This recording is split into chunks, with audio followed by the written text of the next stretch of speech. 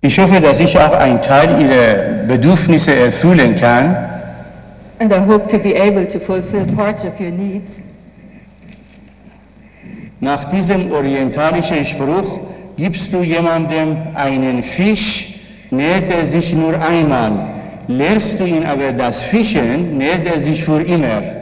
According to the ancient Oriental philosophy, if you hand a fish to somebody, he will eat only once, but if you teach him how to fish, he can continue nourishing himself. Nun meine Frage an Sie, möchten Sie einen Fisch oder wollen Sie lieber lernen zu fischen? Now my question to you, would you prefer for me to give you a fish or would you rather learn how to fish? Nachdem Sie jetzt die Gelegenheit gehabt haben, interessante Vorträge zu hören, zu erfahren, möchte ich auch jetzt den Ansatz Psychotherapie, Psychosomatik unter dem transkulturellen und interdisziplinären Gesichtspunkt darstellen. After you have had the opportunity to listen to many interesting lectures, I will now take the opportunity myself to introduce to you concepts as far as positive therapy are concerned and of an integrated Eastern approach. Einerseits werde ich das Ergebnis meiner Arbeit in 22 Kulturen Ihnen vorstellen und das ist wichtig für die linke Hirnhälfte. On the one hand, I will be introducing my research done in 22 different cultures, and this is important for the left hemisphere. Aber andererseits möchte ich Ihre orientalische Hirnhälfte auch ansprechen, die rechte Hirnhälfte, dieses ganze Thema etwas spielerisch behandeln. On the other hand, I would like to address your oriental hemisphere, which is the right side, in order to be a little bit playful as far as the approach is concerned. C.G. Jung sagte, jeder Mensch hat Adam und Eva in sich. And Jung assumed that everyone has an Adam and an Eve within. Wir gehen davon aus, dass jeder Mensch ohne Ausnahme Orient und Occident in sich trägt. Well, we are under the assumption that every single person, and there is no exception to this, carries an Oriental and a Western part within. Die linke Hirnhälfte ist ein Symbol für das okzidentale Konzept. While the left hemisphere stands as a symbol for the Occidental concept. Wenn wir jemand sagen, er ist typisch preußisch, also bedeutet seine linke Hälfte Besonderes ist gut entwickelt. So, if we say to somebody, you're typically Prussian, we actually mean that his left hemispheric functions are well developed. Er ist sehr ordentlich, pünktlich, sparsam, gerecht, fleißig, zuverlässig. He's very much on time, he is neat, he is reliable, he is hardworking, diligent. Wenn wir sagen, jemand ist typisch orientalisch, was kommt Ihnen in den Sinn? So if we claim for somebody to be typically Oriental, what could that mean? Ja? Geduldig, nimmt sich Zeit, wenn nicht heute, morgen, vielleicht nächste Woche. Also Hoffnung ist groß, Kontakt ist groß, Fantasie ist zu groß, jawohl. Patience, taking its time, saying, well, it's not today, it's tomorrow. Und And positive expectancy and hopeful attitude.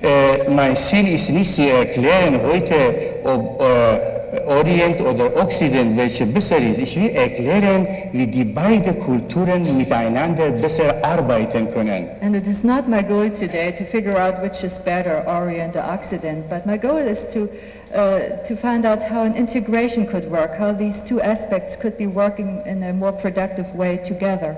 Als ich in Freiburg studiert habe, wenn jemand beim Autofahren mich so gemacht hat, ich dachte, er begrüßt mich. When I was going to school in Freiburg and our car drivers would make this gesture, I was simply assuming that they were saying hi to me. Weil in Orient, das ist ein Zeichen der Verbundenheit und Begrüßung, dass man oft die Hälfte das macht. Because in the Orient, this would be a sign of communication, of making contact.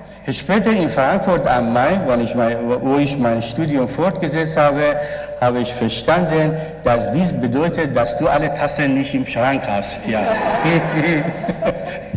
while later, when I went to school in Frankfurt, I began to understand that this particular gesture kind of indicated that you've lost your marbles. Und ich habe jahrelang Probleme gehabt, wie ich orientalische und okzidentalische Wertvorstellungen miteinander verbinden kann. Stress.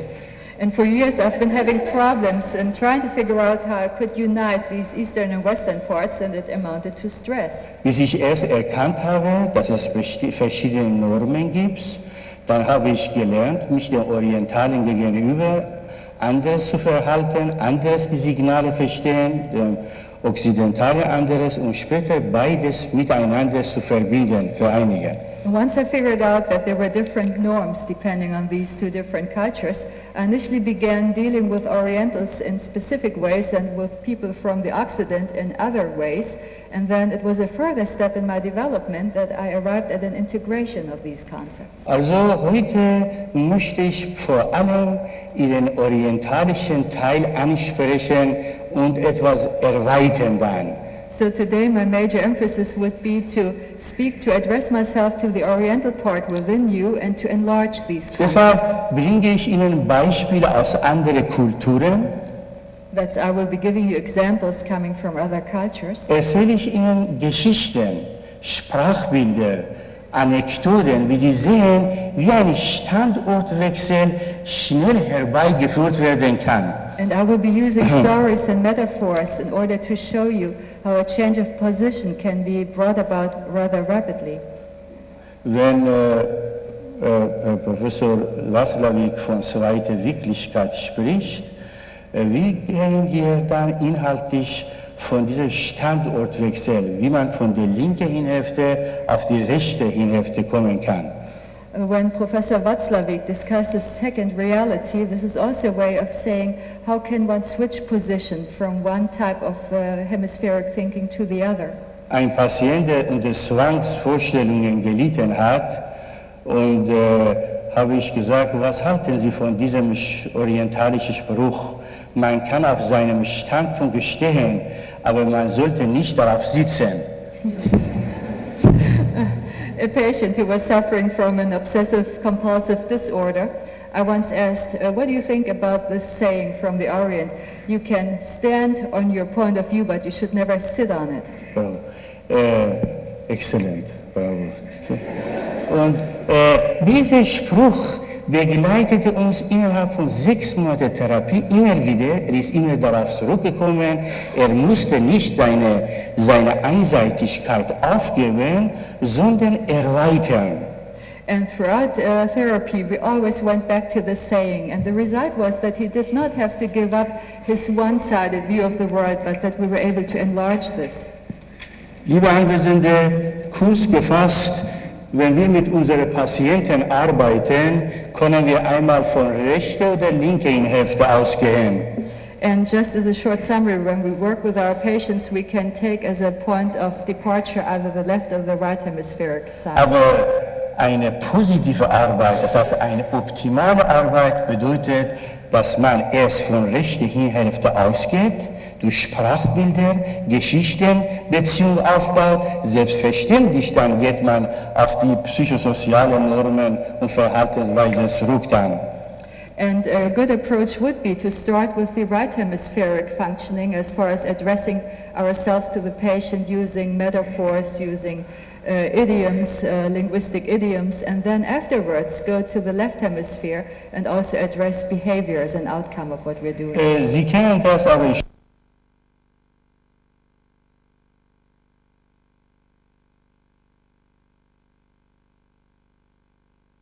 sind groß, Fantasie, ganzheitlich, Kreativität und Intuition ist wichtig.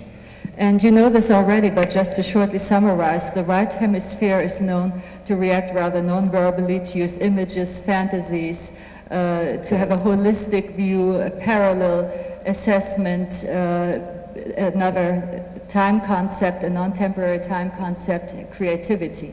Und die linke Hirnhälfte ist mehr verbal, Sprache ist wichtig, Logik, Analyse, das mathematische Denken und das rationale Denken. while the left hemisphere is more known for verbal expression, language, logic, analysis, serial, working through, living within chronological time, mathematics. It's a rational approach. Das möchte ich anhand einer Anekdote darstellen. And I would like to illustrate this using an anecdote. Eine junge, charmante Dame sagte zu ihrem Freund, du hast mir fest und heilig versprochen, dass wir in diesem Sommer heiraten. Wo bleibt das? And the lady said to her friend, you really have sworn to me by whatever is sacred to you that we were going to get married this summer. How about it? Sagte, du hast völlig recht. Sag mir ganz ehrlich, war in diesem Jahr überhaupt ein richtiger Sommer?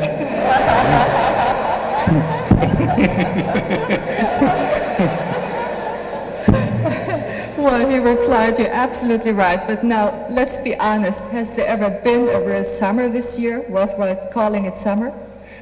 Ist nicht von der linken Hinhälfte ausgegangen zu erklären, 100-mal habe ich dir erzählt, es geht noch nicht, wir haben finanzielle Probleme, wir haben Probleme mit Haus und so, sondern ist erst von rechter Hinhälfte ausgegangen und hatte der Freundin ein neues Bild angeboten. So evidently he did not come from a left hemispheric approach as far as explaining to her that it was not time yet because there were financial concerns, etc. He took a right hemispheric approach by offering her a new image of what was happening. Der Mann ist nach Hause gekommen und sagte zu seiner Frau, was hast du denn bloß heute gemacht? And the man came home and said to his wife, what in the world have you been doing today? Viele Frauen regen sich über solche Unverschämtheit auf. Ich habe den ganzen Tag gearbeitet und fragst du mich, was ich gemacht habe? And many women get very upset about such an impudence and say, I've been slaving all day long and you dare ask me what I've been doing? Diese kluge Frau sagte, ich habe dein Bett und dein Konto überzogen.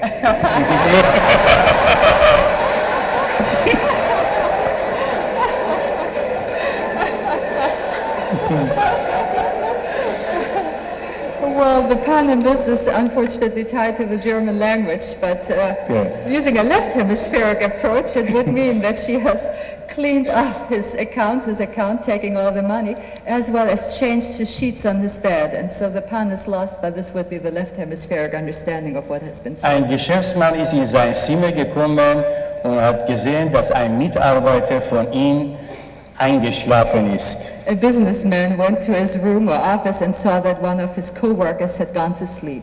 Hat ihn geweckt und sagte, wissen Sie, dass Sie eine Stunde während Ihrer Arbeit geschlafen haben? He woke him up and said, are you aware that you have been sleeping for an entire hour during your working time? Sagte, Sie haben völlig recht, aber ich habe die ganze Zeit von meiner Arbeit geträumt. And the man replied, you're absolutely right, but imagine, for an entire hour I've been dreaming about my work. So, liebe Anwesende, Sie sehen, solche Sprüche bringen wir alle 10 Minuten in Therapie ein. Das heißt.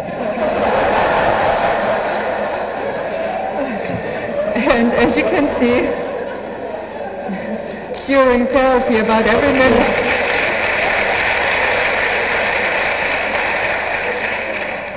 and as you can see, our approach is to intersperse such anecdotes during therapy about every 10 minutes. Das heißt, jeder Patient ohne Ausnahme, von Haarausfall bis Fußpilz, muss mindestens 3-mal lachen. Ja?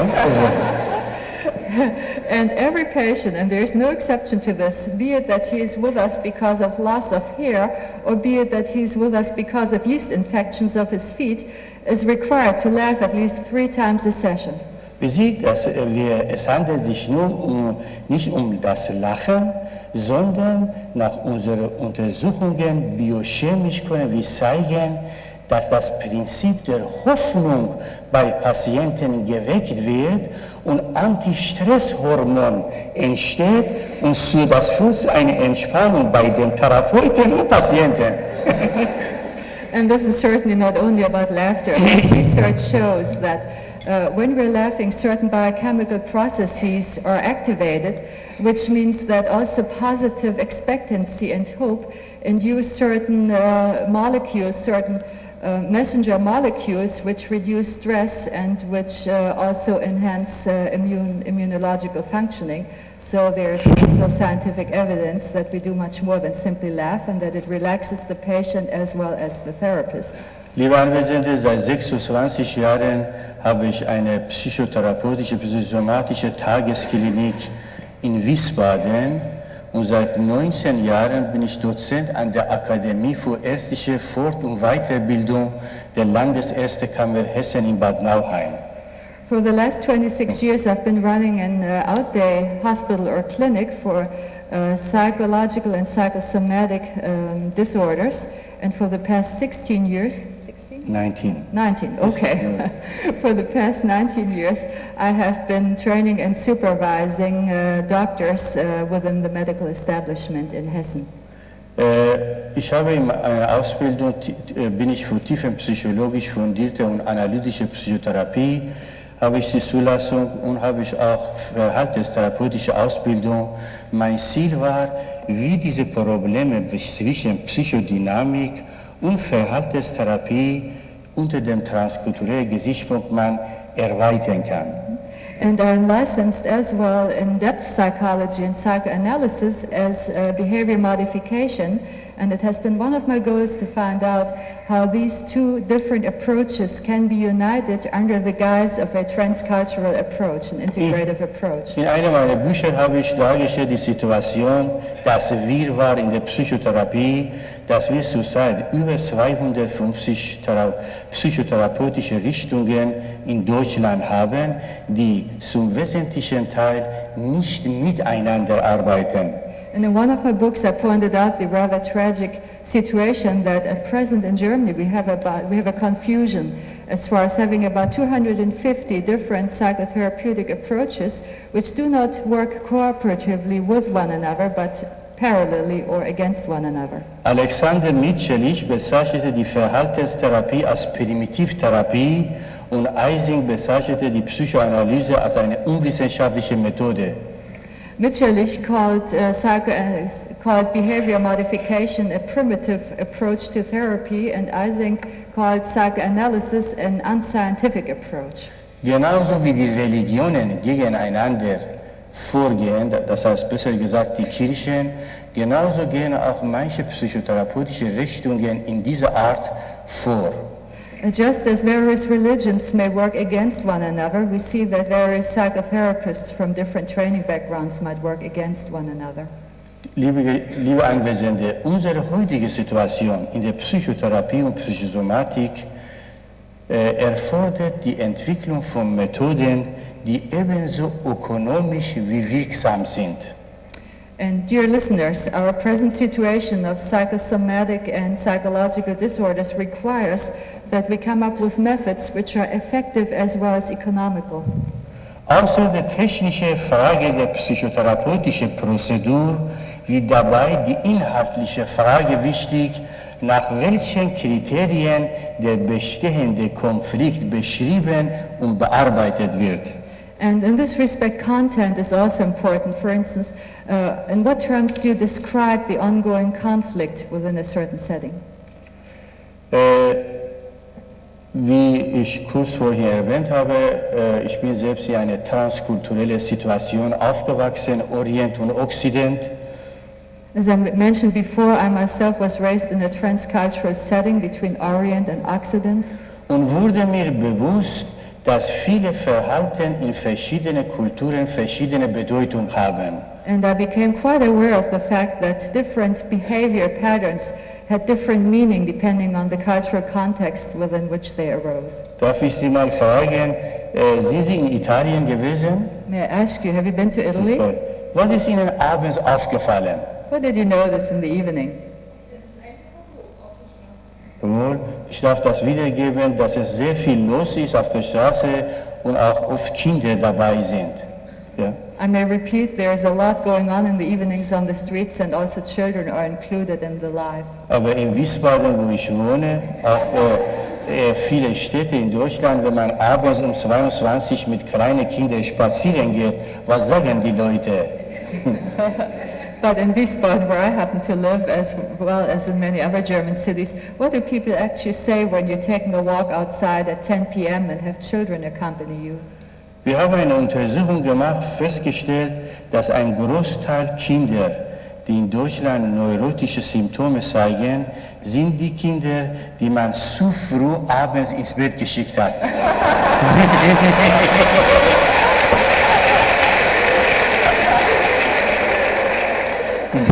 And our research shows that a part of the children exhibiting neurotic symptoms belong to the group of children who have been consistently sent to bed too early in the evening. Weil Pünktlichkeit ist sehr wichtig, Höflichkeit der Könige, während dort ist Kontakt sehr wichtig. Here in Germany, being on time is very important, and it's called that being on time is the royal way to politeness, while in other countries, making contact is what counts. In Deutschland, wenn man jemanden auf der Straße trifft, fragt man, wie geht es Ihnen? When you meet somebody on the street in Germany, you will ask, how are you? Oh, viel Ärger, viel Arbeit. Ja. The response is, I've got so much stress, so much work. Wenn Sie in Orient jemanden auf der Straße treffen, meistens, wenn Sie fragen, wie geht es Ihnen, die Antwort lautet, When in the Orient you approach somebody on the street and ask him, how do you do? The answer will be, Gott sei Dank, dass wir noch leben, es gibt noch viel Schlimmeres. Alhamdulillah, thanks to God that we're alive, there are many worse things that could be happening. Das sind verschiedene Grundkonzepte, die wir durch Erziehung, Kultur, Weltanschauung bekommen und die später dann nachher wie Steuermänner uns begleiten. So there are many concepts which we kind of absorb because of the culture we are conditioned in, and which then later on turn out to guide us or lead or direct us. Die Geschichten, die Sprachbilder, die wir bringen, haben unter anderem 9 Funktionen. Stories and metaphors which we're using have, among other things, 9 functions. Ich darf mal kurz das lassen. Viele von Ihnen kennen das Buch Kaufmann und Papagei mit orientalischen Geschichten. Einmal ist die Spiegelfunktion. Many of you already know my book, The Merchant and the Parrot, and these are listed in it. First of all, there is the function of mirroring. Das heißt, ich bringe ein Sprachbild, erzähle eine passende Geschichte und sage, genauso ist wie meine Schwiegermutter. Ja. That means I will introduce you an idiomatic concept, and then I'll tell a story, and then the result might be, this is exactly how my mother-in-law is. Dann ist das die Modellfunktion der Geschichte. Then there is a modeling function in Sie the wissen doch, wir story. müssen aufpassen in der Therapie, zu viel Rat zu geben, auch zu viel Distanz ist auch genauso negativ. Aber die Geschichten sind eine wunderbare Möglichkeit, dass den Patienten im Sinne einer Modellfunktion fungieren. You know, in therapy, we have to be careful not to give too much advice, but also not to keep too much of a distance. So stories are a wonderful way to be presented as a model and avoiding this approach avoidance conflict between giving too much advice or staying too much in the distance. Der Patient identifiziert sich mit den Helden der Geschichte, wie zum Beispiel eine Frau und Freundin hatte und was er gemacht hat, und er kommt in dieses Wechselspiel und versucht dann für sich dann von seiner Einseitigkeit rauszukommen. The patient will tend to identify with the hero in the story, like a woman who would have a girlfriend, and by these identification processes, they arrive at new interpretations as far what the meaning of the story, how it might be relevant to their own life Die experience. andere Funktion ist die Mediatorfunktion der Geschichten, das zwischen Therapeut und Patient fungieren dann. Then there is a mediating part to this, which means that between therapist and patient, bridges or connections are established this way. Das heißt, selten entsteht bei unserer Arbeit Übertragungsneurose. Es steht Übertragung, positive Übertragung, aber nicht Übertragungsneurose, weil nicht dann auf den Therapeut übertragen wird, sondern auf die Geschichte. And this is why our work is relatively free of neurotic transference. It's not free of transference, but the transference will be directed towards the story and not towards the therapist. Nächste Funktion ist die Depotfunktion der Geschichte.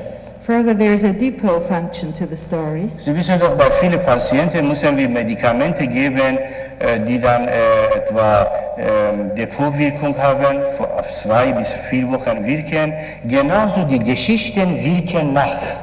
You know that there are certain medication which you administer to a patient and which will continue working for several weeks, and this is similar with stories who continue working week after week. Der Patient bekommt nach jeder Sitzung eine passende Geschichte für seine Kopfschmerzen, für Schlafstörungen, für Eheprobleme, für Magen-Darm-Störungen, für Schlafstörungen und so weiter. Und er nimmt diese Geschichte mit nach Hause, arbeitet mit der Geschichte und spricht mit anderen über diese Geschichte.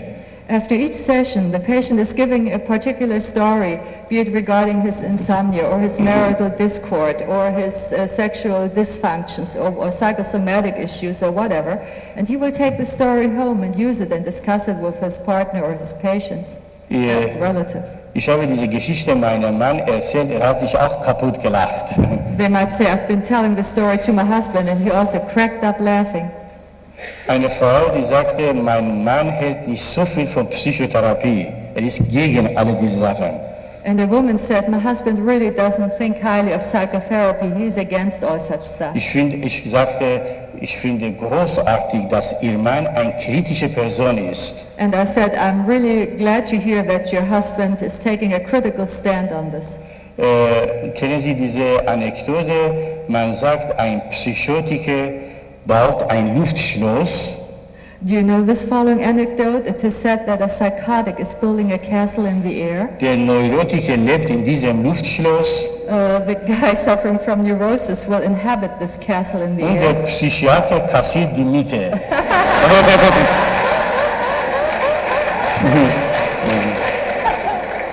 And the psychiatrist will collect the rent.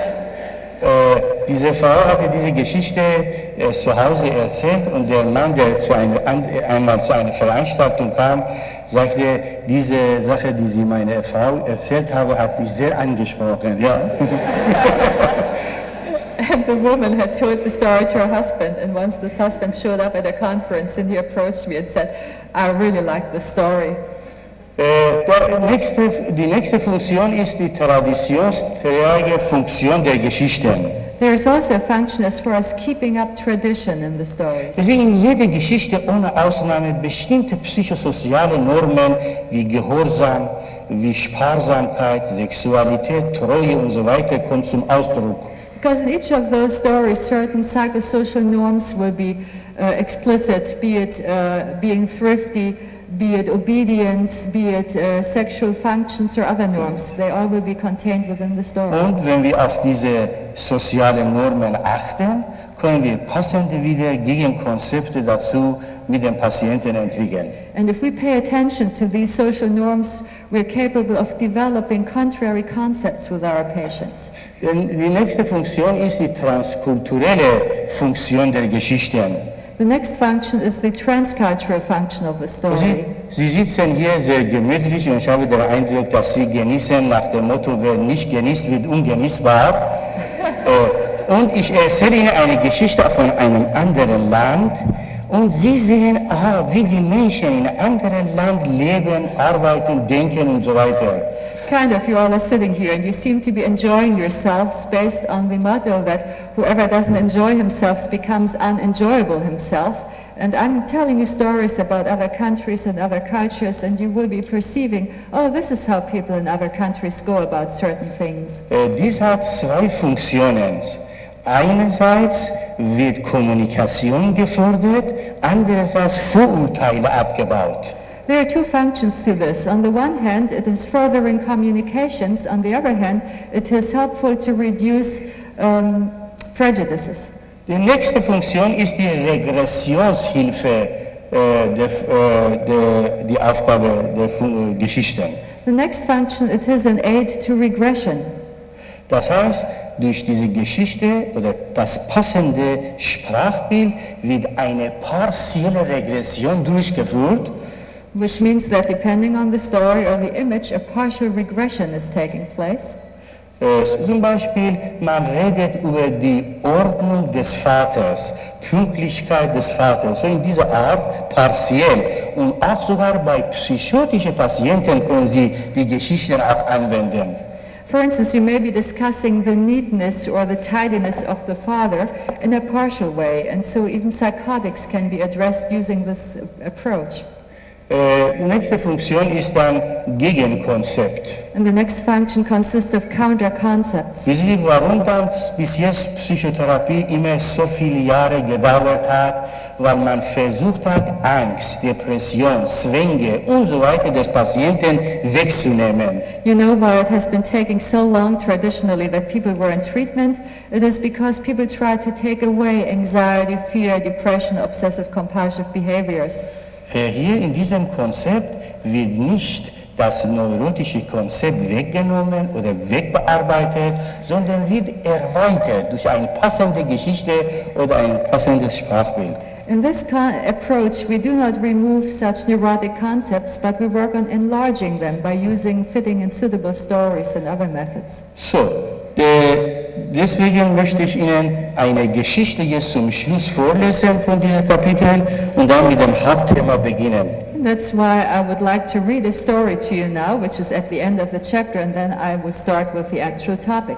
Ein älteres Ehepaar feierte nach langen Ehejahren das Fest der goldenen Hochzeit. An elder married couple, after many years of marriage, was celebrating their golden wedding anniversary. Beim gemeinsamen Frühstück dachte die Frau, seit 50 Jahren habe ich immer wieder auf meinen Mann Rücksicht genommen. While they were having their breakfast to celebrate 50 years of marriage, the woman was thinking, for the last 50 years I always was so considerate of my husband. Und ihm immer wieder das knusprige Oberteil des Brotchen gegeben. And every morning again I permitted him to have the tasty, crisp upper part of the roll. Heute will ich mir endlich diese Delikatesse gönnen. Today, finally, I will want to eat this delicacy myself. Sie schmierte sich das Oberteil des Brotchen und gab das andere Teil ihrem Mann. So she took the upper part of the roll and handed the lower part to her husband. Entgegen ihrer Erwartung war diese hocherfreut, küsste sogar ihre Hand und sagte, And contrary to her expectations, she was utterly delighted, even kissed her hand and said, mein Liebling, du bereitest mir die größte Freude des Tages. My dear, this is the most wonderful joy of the day. Über 50 Jahre habe ich das Brotchenteil nicht mehr gegessen, das ich vom Brotchen am allerliebsten mag. For the past 50 years, I've been refraining from eating the lower part of the bun, which is really my favorite. Ich dachte mir immer wieder, du solltest es haben, weil es dir so gut schmeckt. I kept thinking again and again, I'd give it to you because you seem to enjoy it so much. Diese Geschichte habe ich einer Frau erzählt mit Dickdarmgeschwür, ja, Colitis ulcerosa, und wo er immer wieder Rücksicht nehmen musste auf viele Situationen, und innerhalb eines Jahres in der Therapie immer wieder kam selbst auf die Geschichte zurück und sagte, die Geschichte hilft mir immer wieder, wenn ich etwas sagen will, ja, oder wie ich früher immer mich zurückgehalten habe. I've been telling this story to a female patient of mine who was suffering from colitis, and throughout the next year of therapy, she kept coming back and back on her own to the story and said whenever she was again being too considerate towards others and not really being assertive enough for herself, she would remember the story and would help her constantly in changing part of, I guess, of her approach. Vor ein paar Jahren war ich hier an einem Kongress, Psychiatrie-Kongress hier in Hamburg, und ein Kollege kam zu mir, er sagte, ich habe sehr viel Vertrauen, ich wollte mit Ihnen etwas besprechen. A few years ago, I was attending a psychiatry congress here in Hamburg, and a colleague of mine approached me and said, I have considerable trust in you. I would like to discuss something with you. Ich habe eigentlich für eine gute Ehe, aber meine Frau kommt mit meiner Mutter nicht aus. Actually, my marriage is rather okay, but my wife and my mother just don't get along. Ich habe ein Erstinterview dann mit der Frau durchgeführt, habe ich festgestellt, dass tatsächlich die Ehe gut ist. I did an initial interview with the wife, and I also arrived at the conclusion that the marriage is a good one. Die Frau sagte immer wieder, wenn die Schwiegermutter nicht wäre, dann wäre ich die glücklichste Frau dann. And the wife kept repeating, if only this mother-in-law did not exist, I'd be the happiest person on earth. Ich habe gesagt, ich erzähle Ihnen eine Geschichte und Sie sagen mir, was für Sie bedeutet das, ja. And so I said, I'll tell you a story, and you tell me what meaning the story has to you. Ein Mullah hatte ein sehr schönes Kamel gehabt A mullah once owned a very beautiful camel. und hatte sich einmal über sein Kamel geärgert Once he got mad at his camel. und sagte, wenn du nächstes Mal so unvernünftig wirst, dann werde ich dich im Bazar zu 5 Tuma, also 5 Mark verkaufen. And he threatened his camel and said, if you go on being that unreasonable, I will take you to the bazaar and sell you for $5. Wie Sie sich ausmalen können, war dieses Kamel wieder unvernünftig und er war auf dem Weg zu Bazar, das Kamel zu verkaufen. As you can imagine, the camel kept on acting unreasonably, so he In went to diesem the bazaar. Augenblick ist ihm diese Idee gekommen, dieses Kamel ist doch viel wertvoller. Wie kannst du das machen? Andererseits, ich habe geschworen, was mache ich dann jetzt? So he was on his way to the bazaar when suddenly it occurred to him, gee, this camel is so much more valuable than $5, but on the other hand, I have taken an oath to sell it for $5, so what am I to do? Die Menschen kamen in Scharen, das Kamel zu kaufen. And so people were just getting in line in order to purchase this camel. Er sagte, dieses Kamel kostet 5 Mark, aber dazu gehört eine Katze, kostet 500 Mark.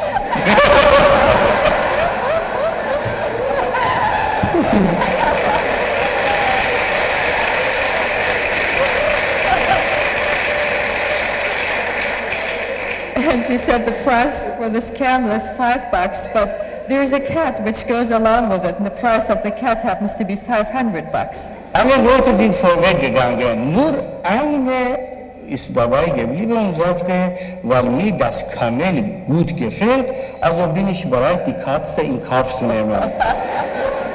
So everybody left. There was just one man who remained behind and said, I really love that camel, and as I like the camel so much, I'm willing to accept the cat going along with it.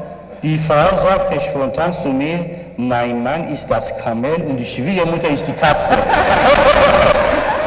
Sicher. So the wife rather spontaneously replied to me, my husband is the camel and the mother-in-law is the cat. Und sie konnte sehr gut malen. Sie hatte mir später berichtet, hatte zu Hause ein Bild gemacht von einem Kamel und einer Katze mit einem Schnur verbunden. And she could draw very well, and she told me later that at home she sat down and did a drawing of a camel and a cat which were connected by a string. Und sie hatte das Bild im Schlafzimmer angebracht und immer wieder assoziierte, das Kamel ohne Katze ist nicht möglich. And she had hung up this picture in her bedroom and always associated again the camel without the cat that just doesn't work. Das war nicht die ganze Therapie. Die Therapie hat 5 Stunden insgesamt. Sie war 2-mal in Wiesbaden, 3-4-mal auch telefonisch gesprochen, aber die Einstieg in die Aufarbeitung war die Geschichte. And the entire therapy took only about 5 sessions. She came to me to Wiesbaden, and then there were a few conversations on the phone. But the entire initial approach was within the story. In der zweiten Stufe lernte sie, ich werde darauf zurückkommen, welche positive Eigenschaft hat die Schwiegermutter trotzdem. And in the second session, she found out, and I will be coming back to this later, to even discover positive aspects about the mother-in-law. Also jetzt kommen wir auf das Thema positiv. And now we're arriving at the topic positive. Viele Menschen, wenn man von positiv redet, regen sich auf. Many people, when you discuss something positive with them, are getting upset. Weil sie meinen, positiv bedeutet alles unter einer rosa-roten Brille zu sehen. Because they assume when you discuss something being positive that you're wearing rosy pink glasses and that you're kind of naively assuming the world is pink. Liebe Anwesende, positiv bedeutet Latin Positum. Das heißt das Ganze, das Tatsächliche, das Vorgegebene.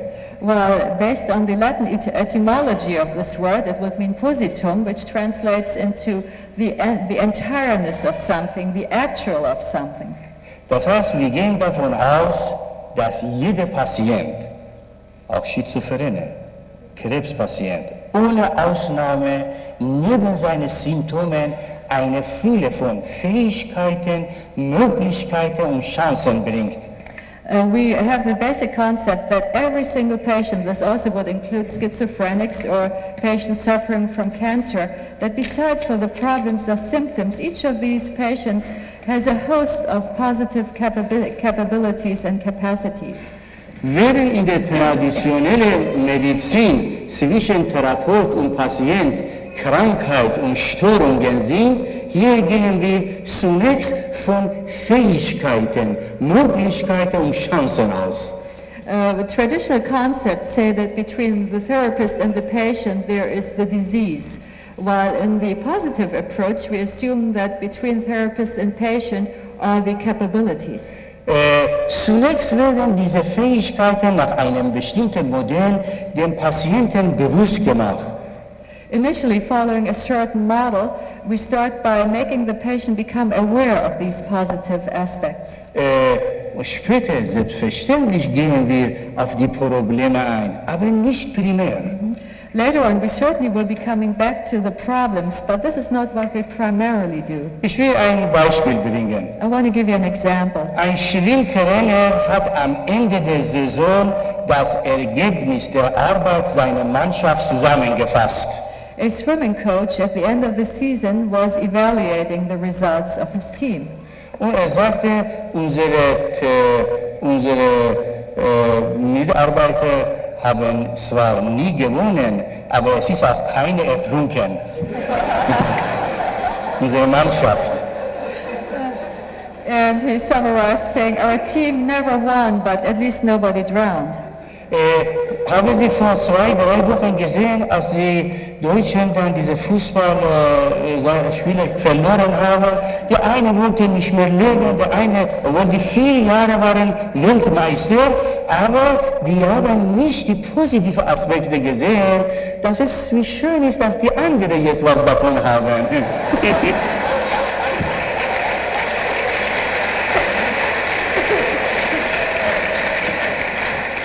Maybe a few weeks ago you have been following the soccer world championships, and you might have seen when Germany lost that people were just getting so depressed about it, didn't want to live any longer, as they were focusing on what they perceived to be negative.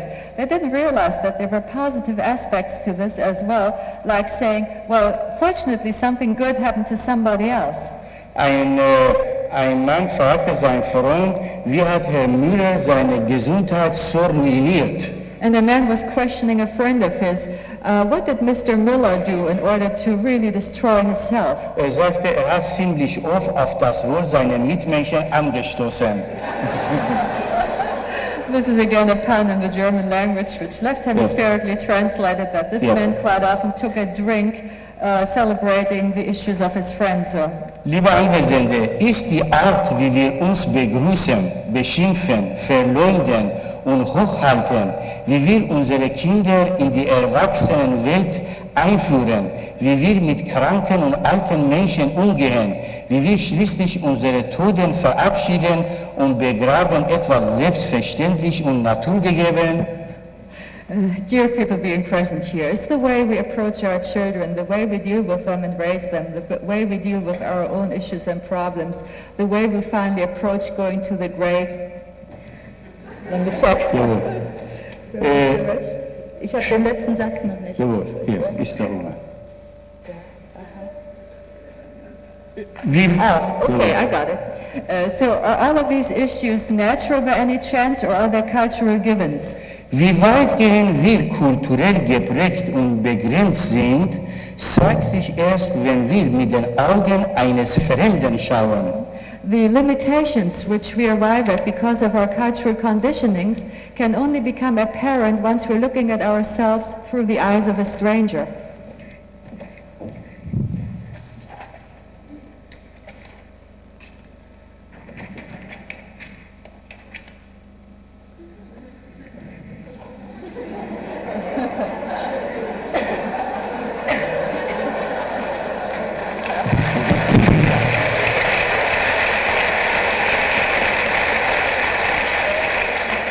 Das ist genau die traditionelle Therapie, dass man die Symptome beseitigt, aber die Gesundheit ist nicht hergestellt. And this exactly represents traditional therapy, that you do away with the symptoms, but there's no health reestablished yet. Die WHO, Weltgesundheitsorganisation, erklärt, dass das Fehlen der Krankheit ist kein Zeichen der Gesundheit. The World Health Organization declares that the absence of disease does not mean that there is health. Dazu müssen andere Werte, andere Konzepte kommen, Bedürfnisse. Other values, concepts, and needs will have to be included. Mit diesem Ansatz habe ich mich in verschiedenen Kulturen auseinandergesetzt. And I have been looking at this approach within various cultures. Und diese Aussagen etwas visualisieren, möchte ich diesen orientalischen Spruch, die Geschichte bringen. And in order to demonstrate this, I will tell you an Oriental story. Eine persische Poetin hat vor etwa 90 Jahren einen Dialog zwischen Frau und einer Krähe gedichtet. A Persian poet about 90 years ago came up with a poem which denotes a discussion between a peacock and a crow.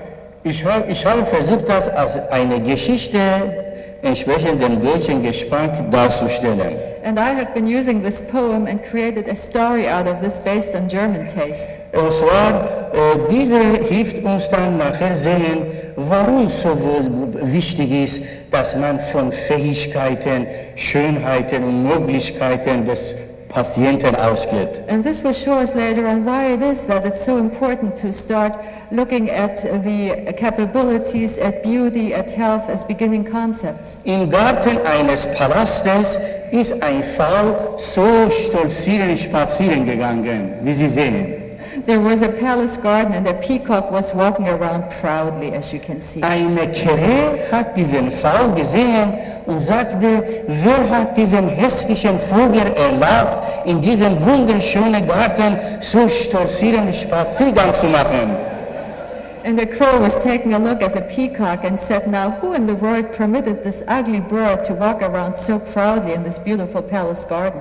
Läuft wie ein Sultan, hält den Kopf hoch, macht Doppelkinn, dabei hat so hässliche Füße.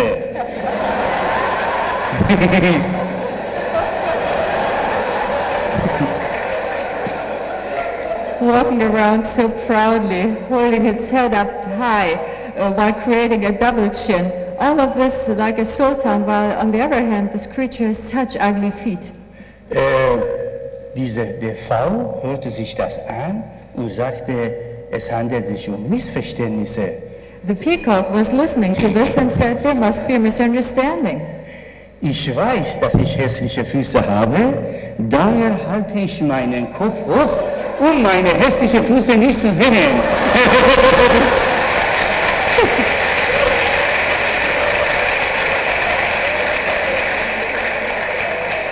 I am quite aware of the fact that my feet are ugly, and this is why I'm holding my head up high in order not to look at my own feet.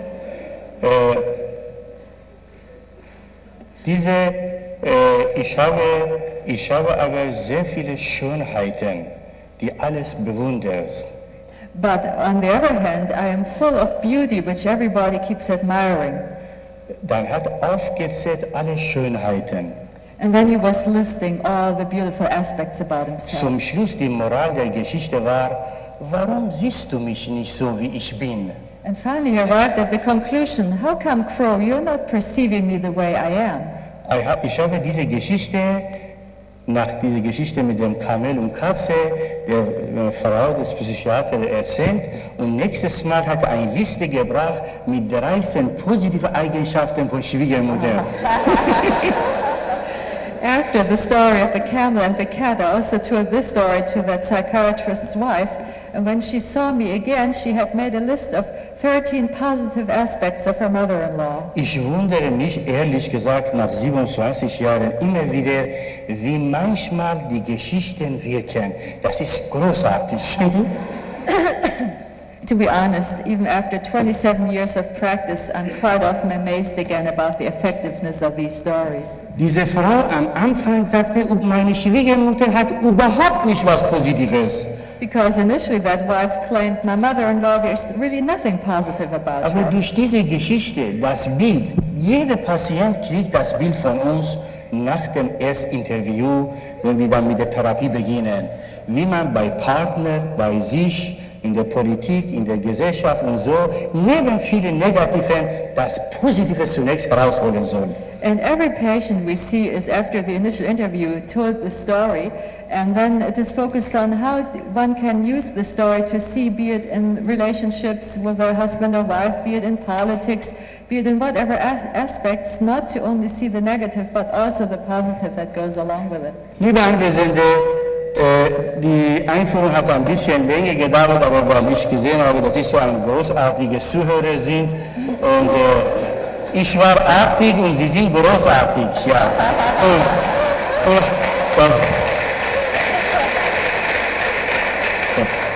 Dear audience, the introduction took a little bit longer, but I myself am good and you are great and you are such wonderful listeners, and that's why I've been continuing for a while. So, dieses Modell beinhaltet 3 Ansätze. So within this model there are 3 approaches. Zunächst kommt auf das positive Menschenbild des Therapeuten an. First of all, it depends on the positive image of humankind of the therapist. Und da entwickelt sich die Frage, was haben alle Menschen gemeinsam, wodurch unterscheiden sie sich?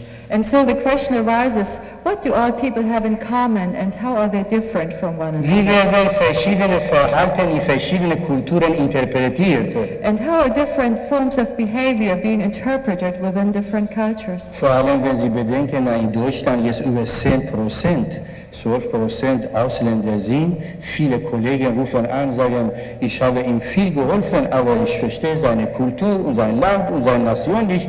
Und so, die sind oft sprachlos. So now looking at the situation of Germany, there are 10 to 12% of foreigners living in Germany right now. And so quite often I'm receiving phone calls from colleagues of mine who keep saying, well, I have done this and this and that and tried whatever I could, but I really don't get it. I don't understand the culture these people are coming from. Ich habe mich mit diesem Grundkonzept auseinandergesetzt. Was haben alle Menschen gemeinsam? So I've been looking at the basic concept of what do all people have in common. Ich bin in einer eigenartigen Familie aufgewachsen. Meine Mutter kommt aus einer katholischen Richtung. I myself grew up in a rather strange family constellation, my mother coming from a Catholic Und background mein Vater vom islamischen Hintergrund. and my father from the Islamic tradition. Und später sind die beide Bahai geworden, And later they both became Baha'i. weil in der Bahai-Religion war der Mensch in seinem Wesen nach gut.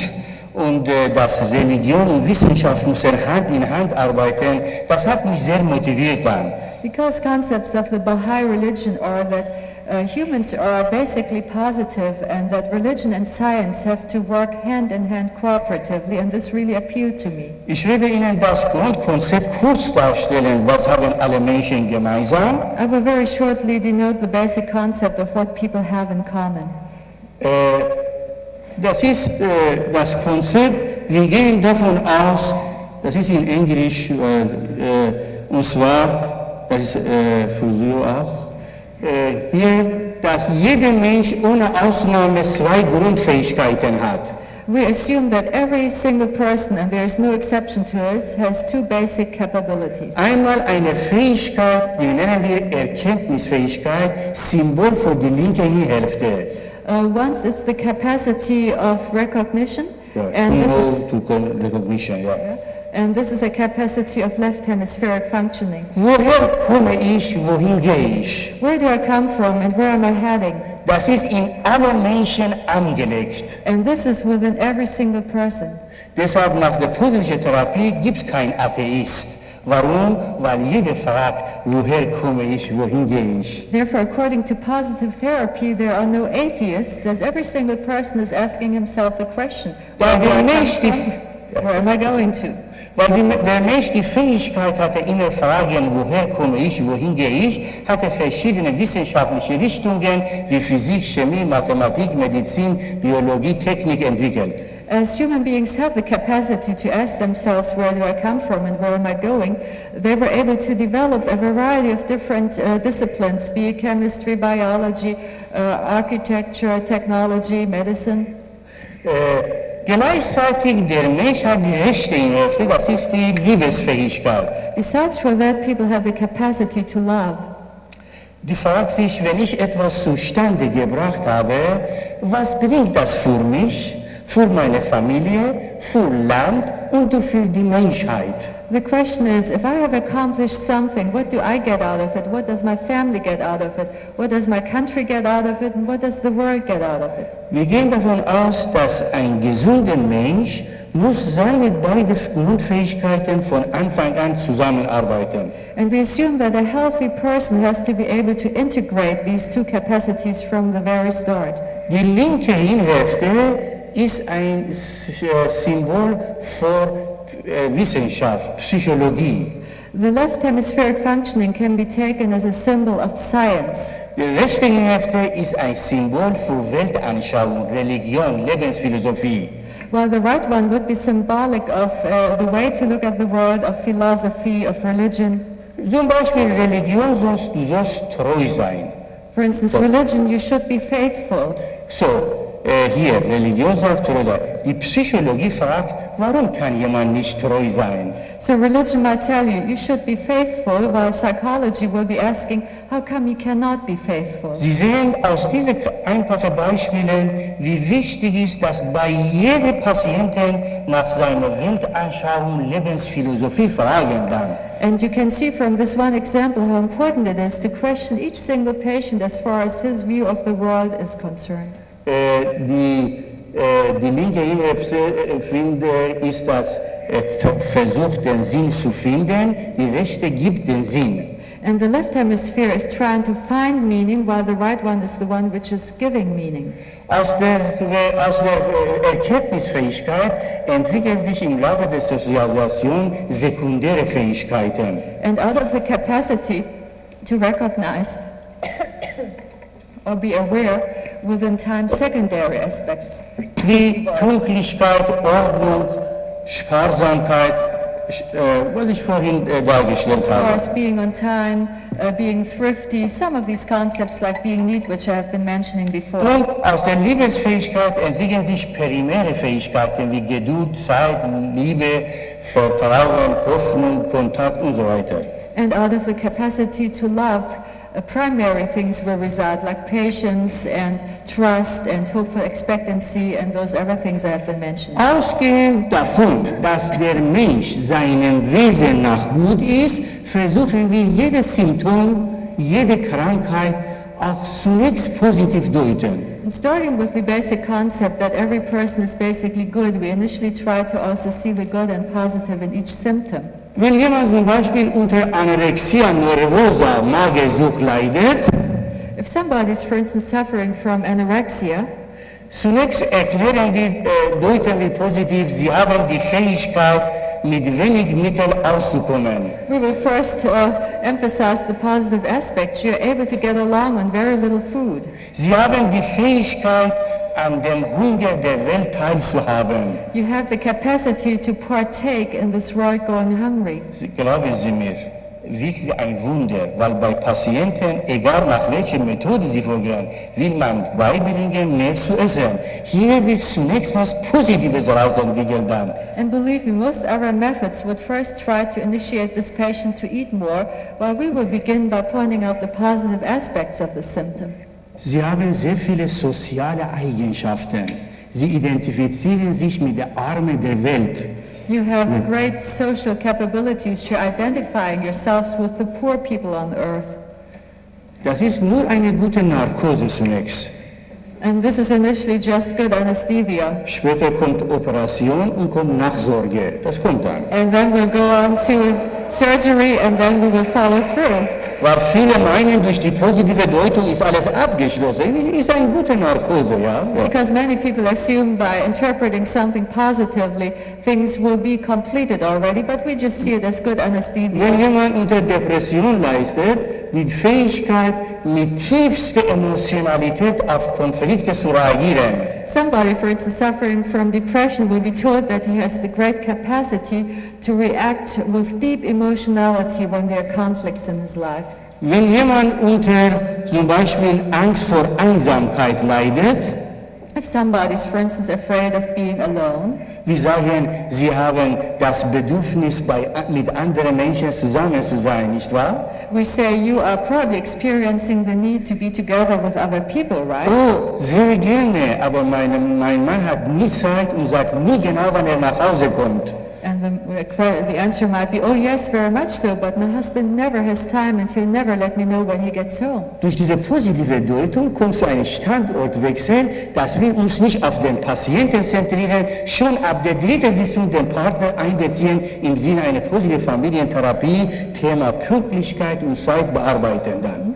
And this helps us to change position as far as the starting at the third session, we already can include the partners and begin looking at the positive aspects, like in this example, about punctuality, time concepts.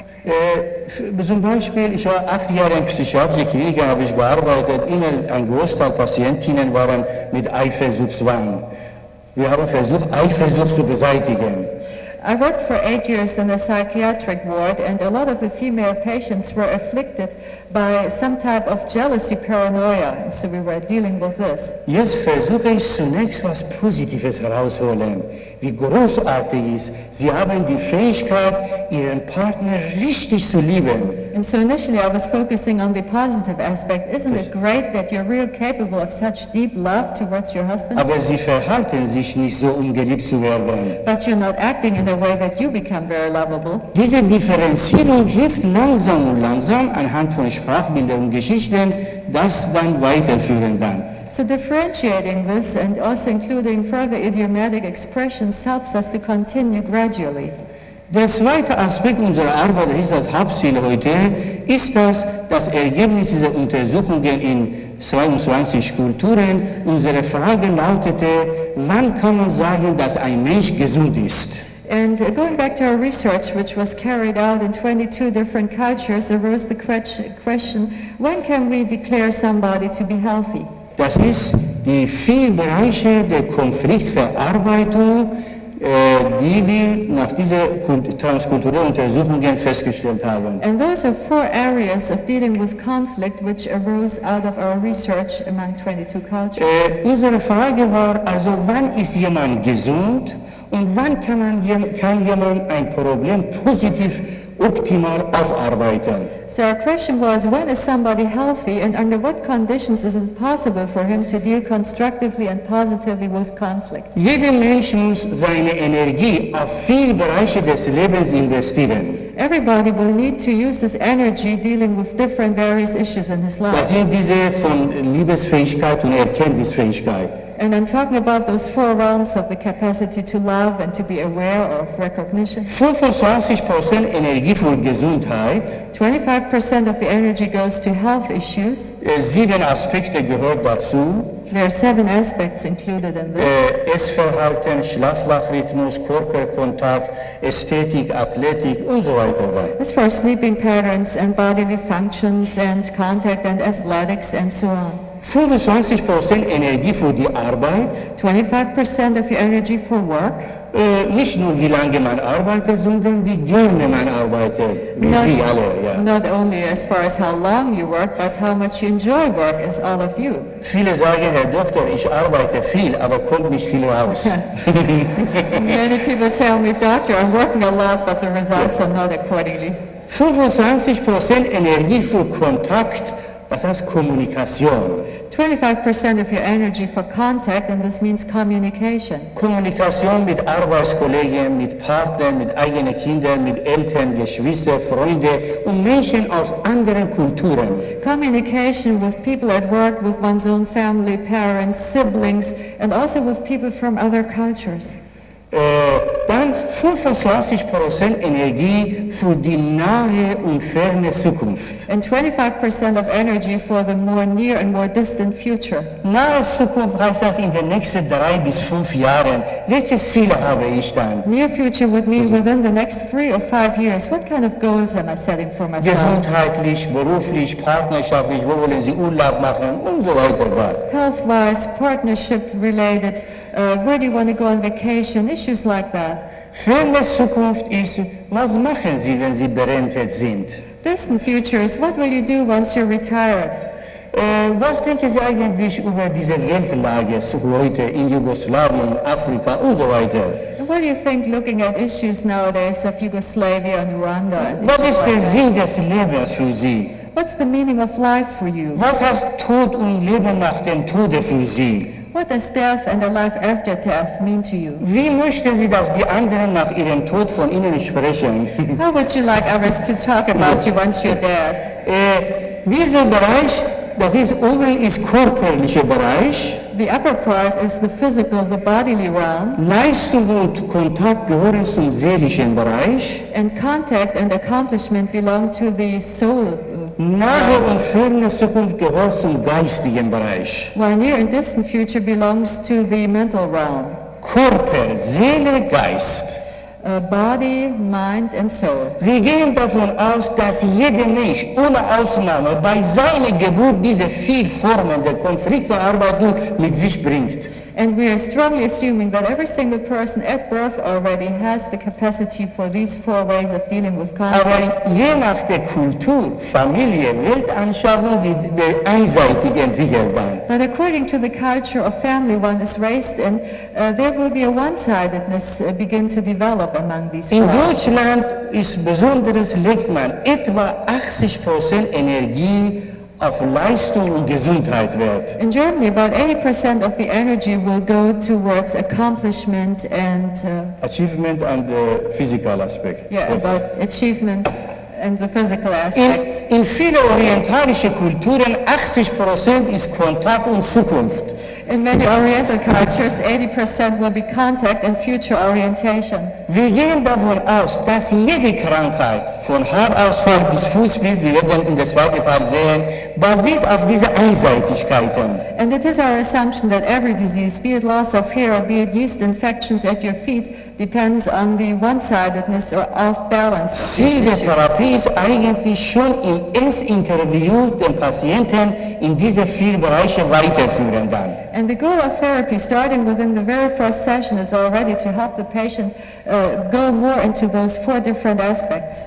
Jetzt habe ich einige Fragen an Sie. Wenn jemand in einer Familie groß geworden ist, wo die Eltern sagen, kannst du was, dann bist du was. Hast du was, dann sparst du was. Sparst du was, dann hast du was. Welcher Bereich wird besonders entwickelt? Now, this is my question to you. If somebody was raised in a family which had values as far as if you possess something, you are something as far as status is concerned. If you keep saving and being thrifty, then you will own something and have status. Which of these Was meinen directions Sie? will that person be Welcher approaching? Bereich? What do you think? Which realm? Leistung.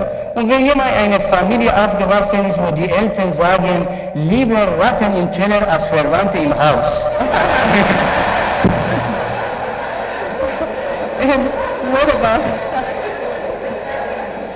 about someone who was raised in a family where the mother was, we rather have the cellar full of rats than relatives in our house? Oder wenn jemand in einer Familie aufgewachsen ist, wo Mutter ein bisschen katholisch und Vater sozialistisch, atheistisch ist so und sagt nach mit Sinnflut dann. Or a family where the mother is Catholic and the father a little bit socialistic, atheistic, and says, well, once I'm gone and dead, then all hell may break loose, apocalyptic issues. So, haben Sie alle etwas zum Schreiben, wie ich sehe?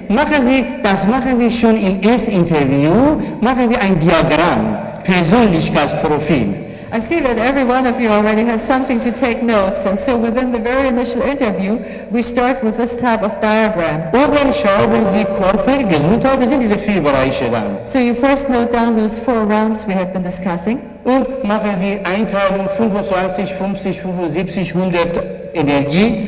Einheiten. And then you have your energy scale, noting down 25, 50, 75, and 100%. Und dann hier links schreiben Sie Leistung genauso.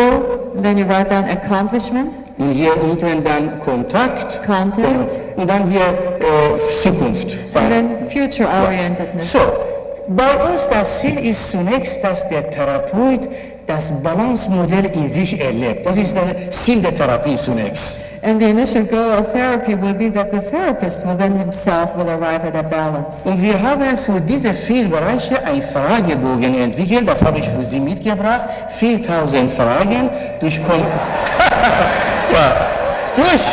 keine Angst, durch Computer- und Faktorenanalyse haben wir reduziert auf 20 Fragen für jeden Bereich.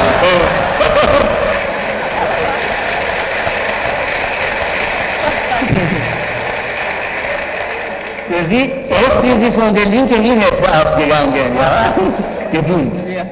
So we have prepared a questionnaire regarding these issues, and there are about 4,000 questions on this, but don't you be scared or shocked, because due to the process of factor analysis, we have been reducing those 4,000 questions to 20, and you can see by your initial reaction that you were approaching this with a left hemispheric perspective. Ziel ist der Therapie, dass der Patient seine Balance findet. Wie das findet, machen wir im zweiten Teil. The goal of therapy is for the patient to arrive at a balance again. How we go about this, we will be Und discussing in diese a second. Fragen werden nach dem Erstinterview, diese Fragebogen dem Patienten gegeben oder Sie können mit ihm bearbeiten. And after the initial interview, the patient will be handed this questionnaire, or you can go through with it with him. So, jetzt bitte Frage an Sie. Wie viel Energie investieren Sie ehrlich für Ihre Gesundheit? Für Ihre Gesundheit dann ankreuzen, zum Beispiel so 50. Wie viel für Ihre Arbeit? Viele sagen zu mir, das ist zu klein, das muss noch verlängert werden. So my question to you now, and be honest please, what amount of your energy are you investing in your health? Then mark it down at the upper scale. Then about accomplishments, and be honest about it too. Some people keep telling me that the scale, the range just isn't wide enough. Wie viel Energie für Kontakte mit Ihren Eltern, Geschwistern, Arbeitskollegen, Menschen aus anderen Kulturen haben Sie? Und wie sind Sie Optimist?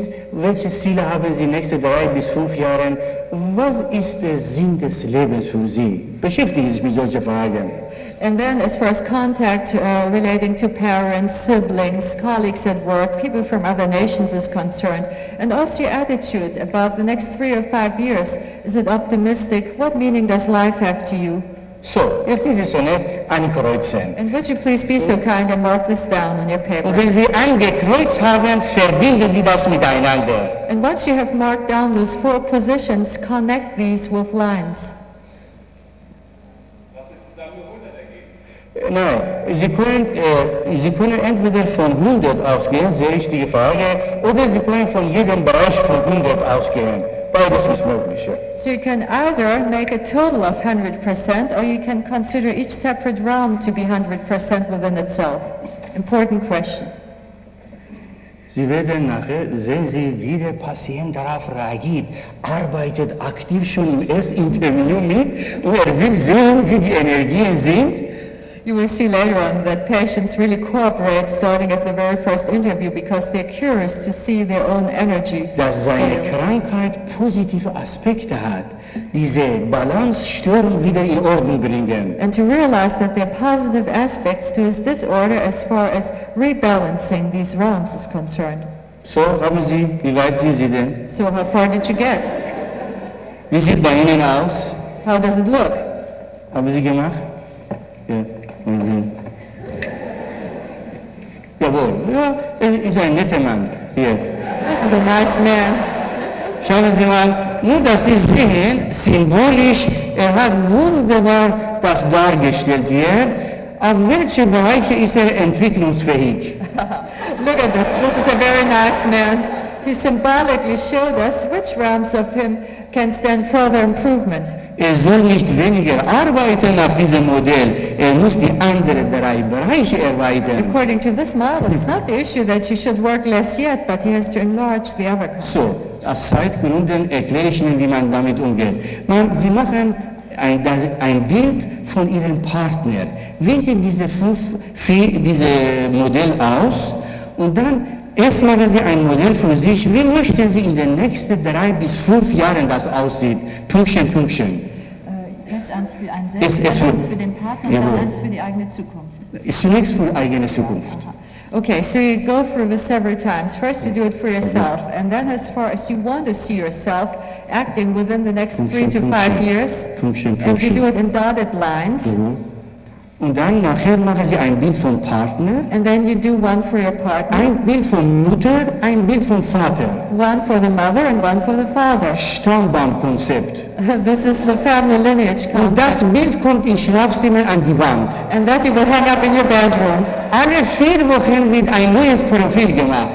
And every 4 weeks you go through this process again. Und Sie arbeiten mit diesem Fragebogen. And you again work with the same questionnaire. Und dann sehen Sie mal, was geschieht da. And then you will see what's happening. Können Sie sich selbst ausmalen. Bitte schön. Ein Applaus für ihn, weil er das so schön gemacht hat. Ja. Let's applaud him because he did such a wonderful job. Und nachher, wie man therapeutisch damit arbeitet, wie man die Einseitigkeit bearbeitet, dann werden wir nachher sehen. Ist es Ihnen recht, wenn wir 10 Minuten Pause machen? Und dann...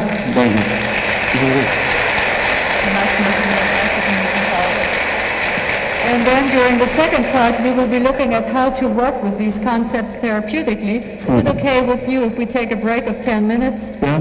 Und nachher werden Sie mit der praktischen Teil konfrontiert. And then afterwards, you will be confronted with the practical part of this.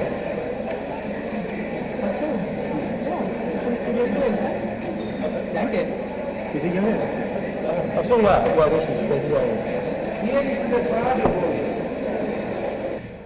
Falls jemand interessiert wird nachher für die Fortbildungen und Weiterbildungen, die voll anerkannt sind für kleine Psychotherapie und große Psychotherapie und Familientherapie, habe ich einige Programme von Bad Nauheim in der Akademie für ärztliche Weiterbildung und da kann ich Ihnen geben. Dann.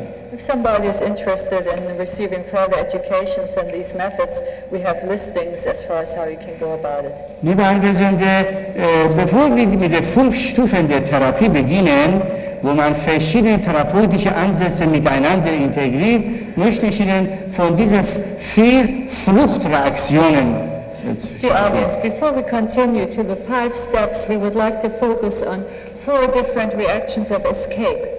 Flucht in die Krankheit, Escape into disease, Flucht in die Arbeit, escape into work, Flucht in die Einsamkeit oder Geselligkeit, je nach der Kultur, escape into community or loneliness, depending on the culture, und Flucht in die Fantasie. and escape into fantasy worlds.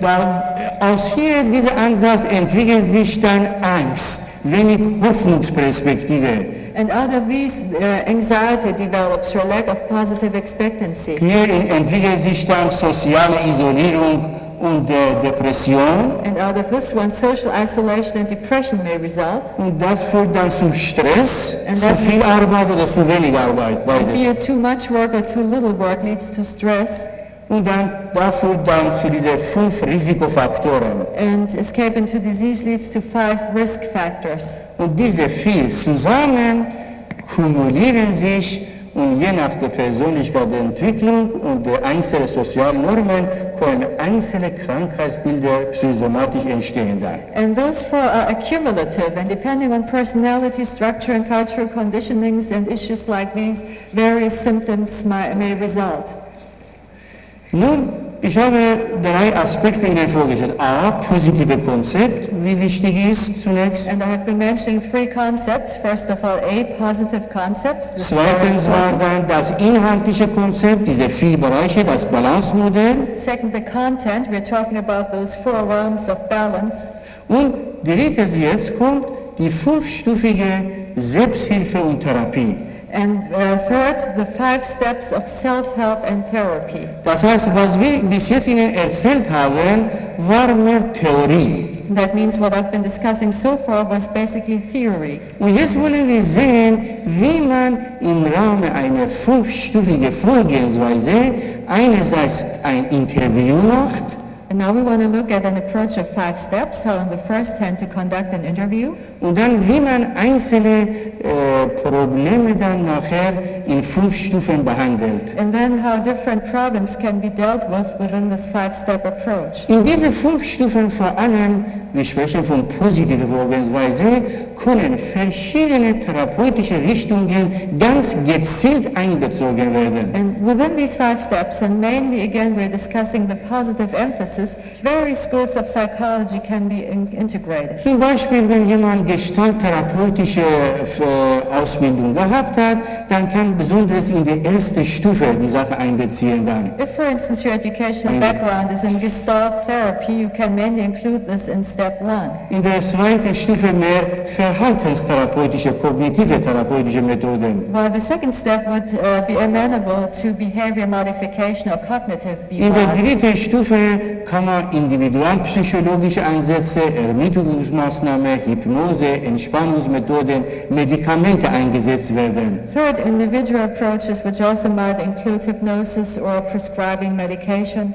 In der vierten Stufe ist Verbalisierung mehr psychoanalytische, konfliktdynamische Aspekte werden, psychodynamische Aspekte einbezogen. Fourth, which is verbally oriented, you might be able to include psychodynamic aspects and working through conflicts. In der fünften Stufe Zielerweiterung existenzialanalytische Ansätze.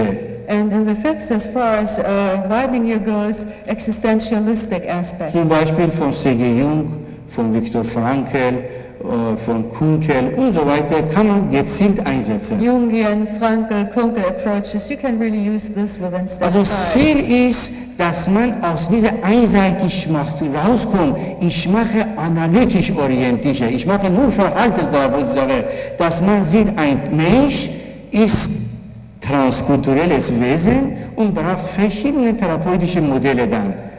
The issue is to reduce the one-sidedness of limitations, like saying, I am only working psychoanalytically, or I'm only going by B-mod, but to understand that the person is a transcultural being, and therefore it's important to include all these different approaches to human nature.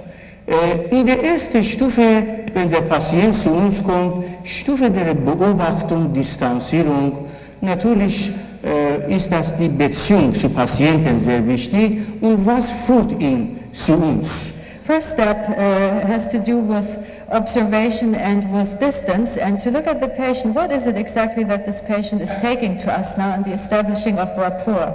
Und das hat mit der Krankheit zunächst bearbeitet, zunächst nicht zu tun, Probleme. And initially this has nothing to do with working on the disorders. Und die Beziehung zu Patienten von der rechten Hirnhälfte besonders gut zu entwickeln, Because we really want to develop our relationship towards the patient as far as right hemispheric action is concerned. beziehen wir 3 Ansätze ein. We're including 3 approaches. A. Positive Deutung. A, positive reframing. B. Beispiele aus anderen Kulturen. B, we're using examples from other cultures. Drittens Sprachbilder und Geschichten.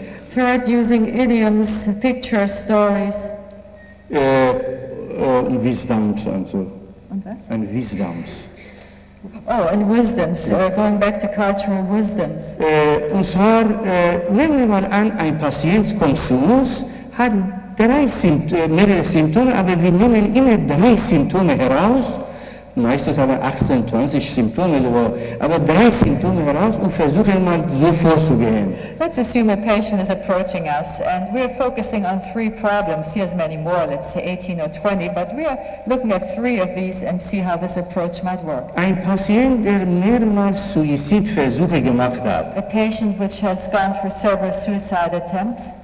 Zunächst versuchen wir, die positive Deutung vorsichtig herbeiführen. Initially, we very carefully look at a positive reframe of this. Ich finde großartig, Sie sind ein zukunftsorientierter Mensch. I think it wonderful. You're somebody who's really future-oriented. Sie haben die Fähigkeit, ihr Schicksal in der eigene Hand zu nehmen. You have the capacity to really take charge of your life and fate. Sie sind mutig. You're courageous. Sie sind in der Lage, sie haben die Fähigkeit, das Leben in Frage zu You stellen. have the capacity to question life per se. So langsam versuchen wir mal das bringen dann, so in diese Form. So very gradually we are approaching this to bring it to this other form. Und dann, sagen wir, transkulturell, wissen Sie, wie Menschen in andere Kulturen sich das Leben nehmen? And then when we use the transcultural approach, we will be asking, do you know how people in other cultures are going about suicide? Dann bringe ich Beispiele aus anderen Kulturen wie in Australien, Papua-Neuguinea, in Nordamerika, Europa, Südamerika, Japaner, Chinesen sich das Leben nehmen. And then I will be list a number of examples how people among the Aborigines of Australia or natives of America, South or East, or Chinese or Japanese go about taking their own Es lives. ist unwahrscheinlich, wie die Patienten auf einmal aktiv werden. Wir nehmen Abstand vom Ich, von seinen Problemen, versuchen wir es transkulturell zu sehen, in seine Kultur, in seine Familie, und dann kommen wir auf das Individuum zurück dann. And it's quite amazing how this tends to activate patients, how they're listening to how other people in other cultures go about it. And then very gradually we're working backwards, first looking at other cultures, then how do other people in the same nation go about it, then family, and so finally we're arriving at the individual. Weil sehr viele Patienten mit Suizidproblemen narzisstische Züge haben, und da ist es zentriert auf das Ich. Wenn Sie das wiederholen, im Grunde wiederholen Sie das neurotische Konzept. Wir nehmen Abstand, fangen wir von oben, dann transkulturell, kulturell, subkulturell, Familie, Individuum. Und dann kann der Patient diesen Standortwechsel viel besser mitmachen. As we find out that many suicidal patients have narcissistic tendencies, and as part of the problem with narcissistic tendencies is a strong ego focus, it would not be appropriate for us to really focus on the individual because we would only be reinforcing this ego focus.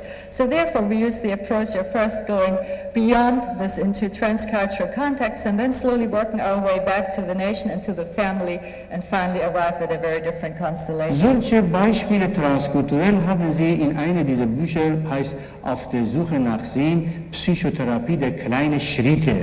Dort haben Sie 50 Beispiele über Tod, Verlust, Ehe, Heirat, Scheidung, Kindererziehung und so weiter, sodass dann Ihnen gibt Ost-West-Konzepte. And there's a book called The Psychotherapy of Small Steps, and that lists at least 50 examples of how various cultures go about general issues, be it marriage, be it death, be it child raising. And so you can start with this listing. Also positive Deutung, langsam, vorsichtig. Positive reframing, gradually, carefully. Zweitens transkulturell, mit wem haben Sie über das Problem gesprochen? Wer weiß davon dann? Was hat man Ihnen angeraten? Second, transcultural, whom have you been talking about regarding your problem? What has been the advice? What do people know about this? Und dann drittens das Sprachbilder, Geschichten und Lebensweisheiten. And third, idioms, stories, wisdom. Ein Patient, der oft einmal solche Suizidversuche gemacht hat, habe ich gesagt, Sie sind wie jemand, der unter einem Apfelbaum sitzt und wartet, dass Birnen herunterfallen. To a patient who has gone repeatedly through suicidal attempts, I said, you're like somebody sitting on an apple tree waiting for pears to fall down. Sie bitte nicht sofort warten, dass der Patient darauf reagiert. Wichtig ist, dass Sie als Mediator einbringen und langsam werden Sie sehen, dauert ein paar Minuten, dann kommt oder nächste Sitzung kommt das dann. Don't expect the patient to react immediately. You're just working as a mediator, and maybe towards the end of the session or the next session, the patient will come up with something of his own regarding this. Ich werde nachher kurz Ihnen sagen, in jeder Stufe, welche Geschichte man einbezieht. Zum Beispiel in dieser ersten Stufe ist wichtig, die Geschichte vom Mut, eine Probe zu wagen. Seite 15. Ja. Ja.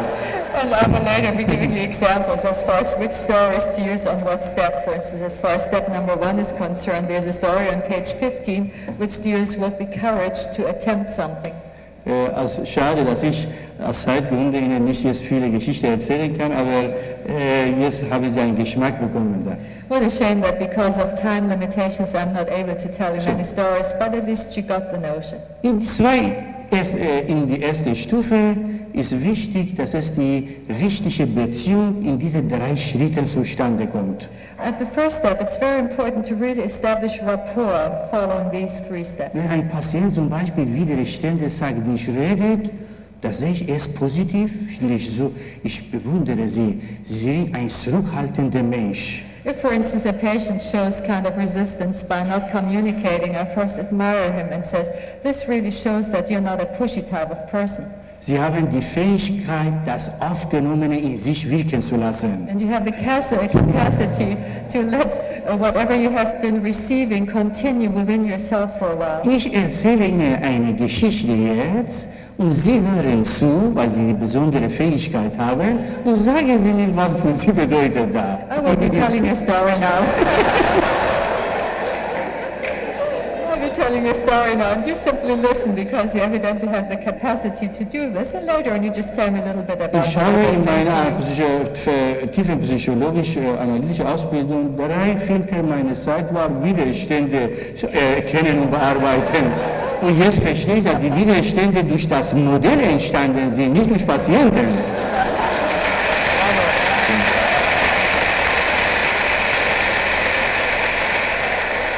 While I was in depth psychology or psychoanalysis, about 3/4 of my time and energy went into dealing with resistances. And now looking back, I realized that the resistances were not within the patient, but within the model. In der zweiten Stufe Inventarisierung zeigen wir dem Patienten das Modell, das Bild und erklären wir etwa 5 Minuten. In the second step, which is called inventory, we will be showing the patient this model and just deal with it about 5 minutes, explaining a little bit Jeder about Mensch it. muss seine Energie auf diese 4 Bereiche investieren und so. Every human being has to divide his energy up among these 4 realms. Das sind die 4 Qualitäten des Lebens, Those are the four qualities of life: Körper, Seele, Geist. body, mind, soul. Und wir wollen sehen, wie ist das bei Ihnen und wie sieht das Balanzmodell bei Ihnen und Ihren Familienmitgliedern aus. And we would like to check how is this in your case and how does this So- balance model apply to you and your family. Das ist das erste Interview. This is the initial interview. Und wir fragen so, was ist in den letzten 5 Jahren auf Sie und Ihre Familie zugekommen, auf diese 4 Bereiche? And we will be asking, during the past 5 years, what has been happening to you and your family regarding these 4 aspects? Gesundheitlich, Health-wise, Operation, Unfall, die Frau hat 2 Kinder auf die Welt gebracht und so have you weiter. had surgery, accidents, has your wife delivered 2 babies, things like that? Und dann hier berufliche Veränderungen. Changes as far as your job is concerned? Die Frau hat mit der Arbeit aufgehört, das Kind ist eingeschult, ich habe eine neue Tätigkeit und so Maybe weiter. the wife quit working, the child started attending school, I've changed jobs, issues like that. Kontakte, ob sie umgezogen sind, haben sie familiäre Probleme gehabt, Trennungen, Scheidungen. Contacts, have you been moving, have there been familiar problems, divorce, issues like that? Und hier in der 4. Dimension fragen wir, gab es in den letzten 3, 5 Jahren, je nach der aktuellen Konflikt, ob Todesfälle gegeben hat. And in the Verluste. 4th dimension, we will be asking, depending on the case, whether within the past 3 to 5 years there have been losses like death or other losses. Patient muss mindestens 10 Punkte bringen zusammen. And the patient at least has to come up with 10 points. Mikrotraumentheorie. It's a micro-trauma theory. Dass viele kleine Probleme hier summieren sich nach dem Motto Städte Tropfen holt den Stein, sensibilisieren den Patienten nachher.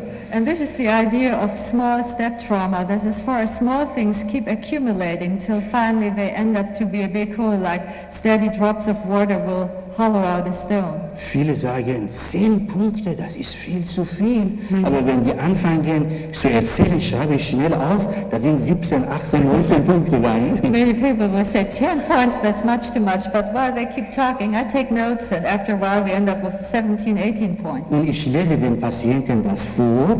Then later I read it back to the patient. Was? So viel auf mich zugekommen? What? All that has happened to me? Ja. jetzt verstehe ich dann, warum ich dann zusammengeklappt bin. Now I really understand why I suffered that breakdown.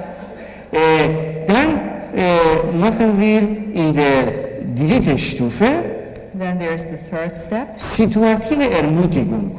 which is encouragement depending on the situation. Wir fragen wir den Patienten, welche dieser Punkte, die ich Ihnen vorlese, haben Sie in der Zwischenzeit abgehakt, aufgearbeitet? We will be asking the patient, of these things I will be listing now, which of these have you dealt with successfully already in the past? Wie haben Sie das bearbeitet, die Tragfähigkeit des Patienten herauszufinden? And how did you go about this in order to test the abilities of the patient in regard of own resources? Und dann zeigen wir das Modell, das vertikale und horizontale, wie das aufgearbeitet hat. And then we demonstrate this according to our horizontal and vertical model and see how he has been working through. Und diese 4 Fluchtreaktionen und so auch. And we're discussing those 4 escape mechanisms. Ich habe oft mal Kopfschmerzen gehabt. I used to have headaches frequently. Mein Mann ist immer mit seinem Beruf verheiratet. My husband is married to his job. Mein Sohn ist dann, geht das einfach, meine Tochter zieht sich zurück und hatte in der letzten Zeit sehr viele verschiedene Partner gehabt. My daughter keeps withdrawing and has been changing partners frequently lately. Und mein Sohn schließt sich im Zimmer ein und möchte mit niemandem zu tun haben. And my son locks himself up in his room and doesn't want to deal with anyone. Innerhalb von 10 Minuten erkennen wir schizoide Züge in der Familie, depressive Züge, Stressfaktoren und körperliche Störungen dann. And within 10 minutes we're able to see schizoid tendencies, depressive tendencies, stress tendencies and health-related issues. Also, die Frage lautet, wenn ich das wiederholen darf, welche dieser Punkte haben Sie abgehakt und wie haben Sie abgehakt? Drittens, was haben Sie daraus gelernt? And in order to repeat the question, we will be asking, how have you been dealing successfully with some of these issues during the past few years, and what have you been learning out of this? Zum Beispiel, wenn eine Scheidung gehabt hat oder Todesfall war, was haben Sie daraus gelernt? For instance, if you have been going through a divorce or lost somebody to death, what is the learning that took place because of that? Wenn Sie Sauna machen, es muss warm und dann die kalte Dusche. If you take a steam bath, you first have to expose yourself to the heat and then take the cold shower. Erst muss man sehen, wie die Tragfähigkeit des Patienten ist und dann nachher kommt die Operation dann. First you have to be checking the resources of the patient and then attempt surgery. Die 4. Stufe ist die Stufe der Verbalisierung. And the 4th step is the one of verbalization. In der 4. Stufe fragen wir, welche dieser Punkte ist noch offen für Sie? And in this 4th step we will be asking, which of these points remains without closure for you? Bitte nennen Sie 3 Punkte, die in den nächsten 6 Wochen mit mir aufarbeiten möchten. Please list 3 points which during the following weeks you would like to be working on together with me. Und hier in dieser Stufe ist das sehr wesentlich, dass der Patient bestimmt, was er aufarbeiten möchte und nicht ich als großer Therapeut das und das bearbeitet werde. And in this step it's of utter importance that it's the patient himself who decides what he wants to be working on instead of me as the almighty powerful therapist dictating this to him. Als Beispiel sagt, Tod der Mutter ist noch offen. You might say the death of my mother is still unfinished business. Diese Trennungsprobleme mit dem Ehemann. The separation from the husband. Und dann Probleme mit der Tochter. And problems dealing with my daughter. Also 3.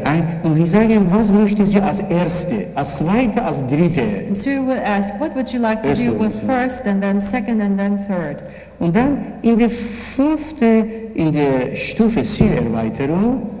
And then during the 5th step we will be looking at enlarging goals. Fragen wir den Patienten, was würden Sie machen, wenn Sie keine Probleme mehr haben? We will be asking the question to the patient, what would you be doing if you were not to have these problems any longer? Was würden Sie machen, wenn Sie diese Probleme, die Sie erzählt haben, aufgearbeitet haben?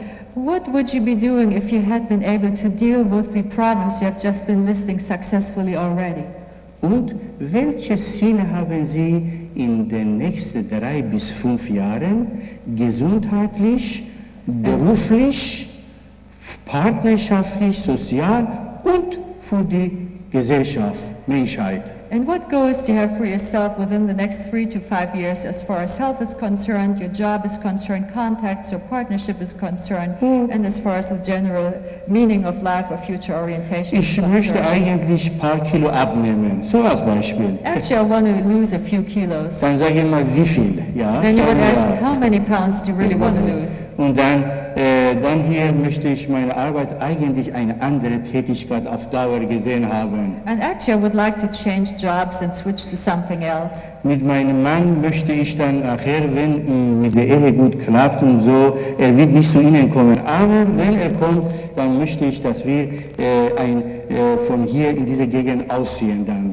And I would like my husband and me, well, he is probably not willing to come in, but should he be coming into you, I would like to discuss the issue of moving eventually. Und ich kann über das Thema Tod mit meinem Mann überhaupt nicht reden. Er hat wenig Verständnis für sowas. And there is no way I can address the topic of death with my husband. He is really very ununderstanding as far as this is Wunderbar. concerned. Das war zunächst das erste Interview. So this was the initial interview. Und wenn wir Zeit haben, in der zweiten Stufe fragen wir dann nach dem Grundkonflikt. And depending on how much time we have left, we during the second session will be asking for the basic conflict. Und der basic Konflikt sieht so aus, wo der Betreffende gelernt hat, so zu reagieren. And the basic conflict also denotes where the person or under what circumstances has learned to react in the way he Zum Beispiel does. Beziehung Eltern und Geschwister zu mir. For instance, the relationship of my parents and my siblings to me, Eltern untereinander, parents among themselves, Eltern zu Mitmenschen, parents towards the larger realm of other social contacts, und Eltern Religion, Weltanschauung. and parents and religion and their general view of life. Das wird von dem Mann und Frau gegenübergestellt And then you will be confronting the husbands and the wives' ideas regarding und dann this. kommen wir auf diese vier, wie ist das bei Mann, wie ist bei der Frau, sieht das aus. And then we can start looking at how does this look for the wife and how does it look for the husband. Zum Beispiel der Mann hat unglaublich Aktivität über Leistung, Sport. For instance, the husband is very active as far as accomplishment in sports are concerned, Und die Frau ist verantwortlich für die Familie, bestimmte Kontakte. while the wife is responsible for the family and certain types of contacts. Das wird gegenübergestellt. And we put these across from one another to compare and contrast them. Danach kommt der Patient in einen anderen Raum. Then the patient goes on to another room. Wir geben ihm die Aufgabe, soll das, was im Interview geschehen ist, aufschreiben. And we assign him the task to write down whatever happened to him during this interview. Etwa 2 Seiten sollte über seine 3 Symptome schreiben. About 2 pages regarding his 3 symptoms. Und dann soll dann diese 10 bis 12 Punkte aufschreiben, was in den letzten 5 Jahren geschehen ist. Then about 10 to 12 points of whatever happened within the past year. Und zu jedem Punkt eine halbe Seite mindestens. And at least half a page for each of these points. Das heißt, ein Patient verlässt erst die Praxis und Klinik und so, wo ich arbeite, wenn er mindestens 8 Seiten geschrieben hat. Which means that a patient is not leaving the clinic unless he has written at least 8 pages. Und mit diesem Ansatz ist etwa 50% der Therapie schon gelaufen. And when used this approach, about 50% of therapy will have been completed by then. Ich habe einen Fall für Sie mitgebracht, wo eine Patientin 3-mal an Bandscheiben operiert ist. I brought a case study for you where a patient has undergone surgery 3 times for Tolle an Bandscheibe ist der Osteochondrose. Osteoporose. Osteochondrose. Wer weiß? Bandscheibe. Disc, slip discs. Disc, Yeah, ja. slip discs. Und die Operation war großartig, gut gelaufen. And surgery went wonderful. Aber die Schmerzen hören nicht auf. But the pain was still there. Und wir haben dann genau mit der Frau nach diesem Modell sind vorgegangen And then we exactly followed this approach. und sie hatte dann 3 Seiten über Symptome, Beschwerden geschrieben, And wo sie in she- Behandlung war, She wrote 3 pages regarding these simple symptoms and the treatment she received, und 14 Punkte geschrieben über diese 4 Bereiche. and put down 14 points about these 4 realms. Tod des Vaters, death of the father, Scheidung, divorce, berufliche Änderungen, changing of job-related und dann changes, Operationen, die gehabt hat und so and weiter. various surgeries, etc. Und das wurde dann nachher mit der Patientin diese Sache in 8 Sitzungen bearbeitet. And then throughout 8 sessions, we worked through this with our patient. Und dann danach bekam der Patient, diese Patientin eine passende Geschichte. Das ist die Geschichte heißt Der Wanderer, ja, Seite glaube ich 76. Ja. Ja. And afterwards, this patient was giving an appropriate story. It's called The Wanderer, and I think it's on page 76. Und sie sollte entsprechend zu dieser Geschichte ihre Symptome, Situation darstellen, wie das ist da. And according to this story, she was supposed to describe or demonstrate her symptoms. Dann haben wir ihr Problem zunächst mit dem Thema, war bei ihr Tod des Vaters wichtig. And then initially for her, the issue of importance seemed to be the death of the father Und die Trennungsproblematik vom Partner. and separation issues with the partner. Dann haben wir jede Problematik in 5 Stufen bearbeitet. And then each of these problems we worked through following this 5-step approach. Und in der 3. Stufe bekam sie Antidepressiva etwas für 6 Wochen. And in the 3rd step, we prescribed some antidepressants for just a few weeks, about 6 weeks. So, verehrte Anwesende, mein Ziel war, sie zur Quelle zu führen. Trinken müssen sie aber selbst. Dear audience, it has been my goal to lead you back to the source, but the drinking you'll have to do on your own. In der 5 Stufen, die wir im Rahmen der Selbsthilfe und Therapie machen, das war erst Interview, danach kommt Therapie dann. And within this approach, this was only the initial interview, this 5-step approach. Therapy will be starting after this. Diese wird fotokopiert und dem Patienten gegeben, And we're making photocopies of this and hand them out to the patient. zum Beispiel Eheprobleme. For instance, marital discord.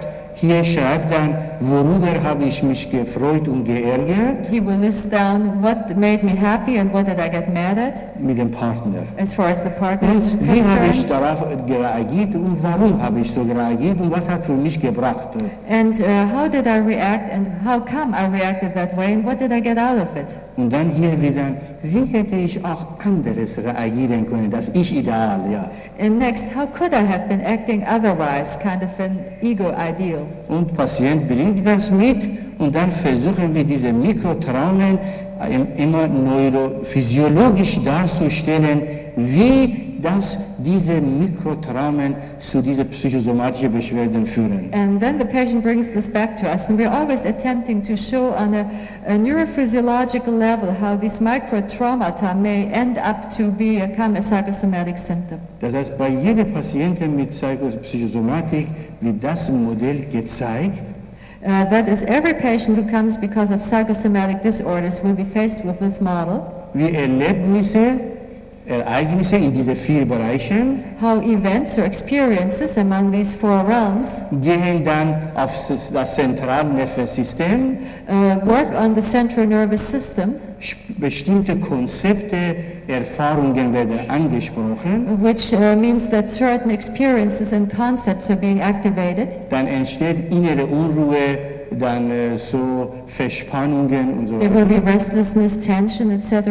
Das geht dann an dein Hormonsystem, daraus entwickelt sich je nachdem Angst, Depression, Aggression und Depression. And via the neurotransmission system and different hormones, anxiety, aggression, or depression might be developing. Wie dann nachher geht das dann vegetative Nervensystem, entstehen funktionelle Störungen, And continuing through the nervous system, there will be functional disorders, wie Herzbeschwerden, Schlafstörungen, Magenbeschwerden und so weiter. like insomnia, heart disease, stomach ulcers, etc. Und durch 3 weitere Stufen kommt zu Organsyndrom. And 3 further steps take it down to an organ syndrome. Das ist sehr interessant, ist, wie der Patient mit psychosomatischen Beschwerden Schritt für Schritt selbst mitmacht und kann erklären, wo ich war früher, jetzt bin ich hier, früher habe ich 1 gehabt, dann wegen Depression behandelt, wegen so kann er dann Beziehung herstellen. Dann. It's quite interesting to observe patients and see how they can relate to this and say, now I'm here, but before that I used to be here suffering from anxiety and aggression, etc. And so they can follow their own course. Das war erste Stufe der Therapie. This was the first step of therapy. In der zweiten Stufe wird inventarisiert, welche Pluspunkte, Minuspunkte Partner hat. Second step would entail an inventory listing the strong points and the weak points of the partner. Das ist, ich kann jetzt aus Zeitgründen auf diese Inventar nicht eingehen, aber ich habe gesagt, wie Pünktlichkeit, Ordnung und so weiter, welche negativ sind, welche positiv sind. Because of time limitations, I can't really get into this, but points might be like being tidy, being punctual, which of these are positive and which of these are negative aspects. In der dritten Stufe lernt für eine Woche den Partner nur auf seine positiven Eigenschaften zu ermutigen. And during the third step, for 1 week, the task is to just encourage or reinforce the positive aspects of the partner. Und das Vertrauensverhältnis zu entwickeln. And in that case, trust is being built up. In der vierten Stufe ist Verbalisierung, dass in dieser Stufe werden über die Probleme gesprochen. Fourth level is verbalization, and this is the step where problems will be discussed. Und der Patient lernt mit dem Partner eine Partnergruppe oder Familiengruppe zu machen. And the patient will learn to establish a family or partnership group together with the partner. Und wir helfen der Patient, der Familie, die Motive herauszufinden. And we will be helping the patient and his family in order to discover the motivation or motives. Als Beispiel, ein Mann hat pro Tag 8 Stunden auf Klavier gespielt. For example, a man has been playing the piano for 8 hours a day. Sein Freund fragte, warum spielst du doch so lange? His friend was asking, how come you're playing for such a long time? Er sagte, man muss immer wissen, was man damit erreichen will. And he said one always needs to know what one intends to accomplish with this. Was willst du denn damit erreichen? So what is it that you intend to accomplish? Die Wohnung nebenan. The apartment next door. Also die Partner lernen miteinander unter unserer Einleitung solche Motive herausfinden wollen. And so the partners learn within one another under our guidance to discover the motives behind such things. Warum Pünktlichkeit für eine ist so wichtig, warum Ordnung für andere und so weiter. How come being on time is so important for one of them, while being tidy and neat might be so important for someone else? Und in der 5. Stufe Zielerweiterung, die versuchen im Rollentausch gewisse Erfahrungen zusammen und dann, was die von dieser frei gewordenen Energie in der Zukunft machen können. And as far as enlarging goals, people will engage in role exchange, and out of the experience of role exchange to see what can be gained by the availability of more energy. Zum Beispiel eine Frau sagte, wir haben letzte Woche solche Streiterei gehabt mit meinem Mann, kann ich Ihnen nicht erklären, wie das war. For instance, a wife will be saying, we've been fighting so much last week, my husband and I just can't describe how much. Ich habe gesagt, was halten Sie von dem Spruch, Streiterei erzeugt Wärme? And I said to her, what do you think of the saying that getting into fights will cause warmth? Wie Sie mit dieser Wärme jetzt umgehen, ja? Streiterei war nicht Problem, sondern wie Sie, was Sie aus dieser Wärme machen, aus dieser Auseinandersetzung. And so the issue actually is now, how are you going to deal with the warmth? The issue was not so much the fighting, but what are you going to do next? So, liebe Freunde, ich möchte Ihnen einige noch Feinheiten erzählen, aber möchte ich jetzt, dass Sie Fragen stellen. Dear friends, I still want to focus on a few subtle points, but first of all, I would like to hear your questions. Das Buch, das wir in der Ausbildung einbeziehen, The book that we're using in our training, das ist dieses Buch Psychosomatik und Psychotherapie anhand von 40 Krankheitsbildern, transkulturell und interdisziplinär. Psychosomatic and Positive Psychotherapy, a Transcultural Integration focusing on 40 case studies. Sie haben hier 40 Krankheitsbilder von Haarausfall bis Fußpilz, so systematisch. You have 40 different disorders listed here, beginning with loss of hair down to Für infections of your für feet. jede Krankheit haben wir eine spezielle Fragebogen entwickelt. Dann And for each of these 40 diseases, we have developed a separate questionnaire. auf diese 4 Bereiche.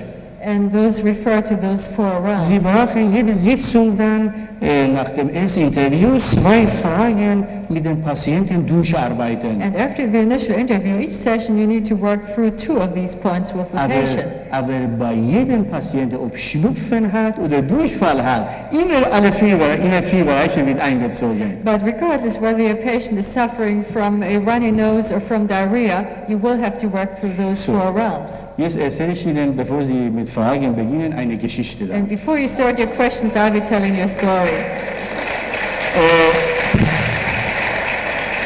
Also wir gehen davon aus, dass Probleme uns nicht krank machen, sondern die Art und Weise, wie wir die Probleme sehen. So our basic assumptions is that it's not the problems making us sick, but the way we look at them or deal with them. Und sehen bedeutet, wie Menschen aus verschiedenen Kulturen das sehen. And it's also important to see how people coming from different cultural backgrounds view this. Ein orientalischer König hatte einen beängstigenden Traum. An Oriental king had a nightmare. Er träumte nämlich, alle seine Zähne, eine nach dem anderen, verloren zu haben. He dreamt that he had lost all of his teeth one by one. Er ist sofort aufgestanden, He got up immediately hatte seinen Traumdeuter gebracht. and called his dream interpreter. Dieser Mann hörte den Traum an und sagte, Seine Majestät, ich muss dir leider eine traurige Mitteilung machen. And the man listened to the dream and said, Your Majesty, unfortunately I have to tell you something rather distressing. Du wirst alle deine Familienangehörige und Freunde genau wie deine Zähne eine nach dem anderen verlieren. All of your family, relatives and friends you're going to lose one by one, just as you lost your Der teeth. König regte sich auf und befahl ihm, einen Kerker zu bringen. And the king got very upset and had him jailed. Dann brachte er den zweiten Traumdeuter. And then he called in the second dream interpreter. Dieser Mann hörte sich den Traum an und sagte, Seine Majestät, ich muss dir eine fröhliche Mitteilung machen. And this man was listening to the dream and said, Your Majesty, I have to tell you something delightful. Du wirst länger leben als alle deine Familienmitglieder.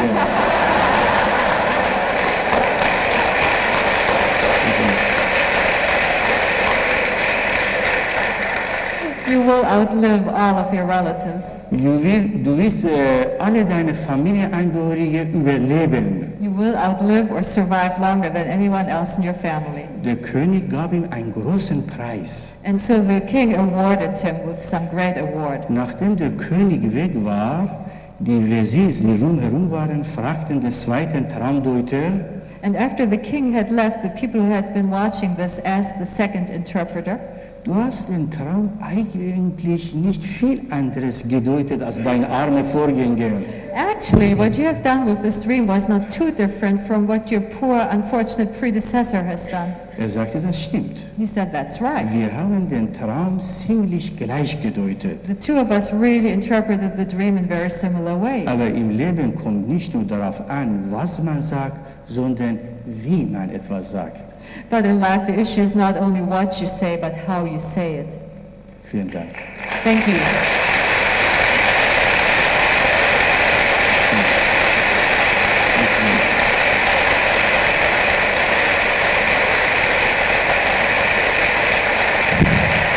Dankeschön.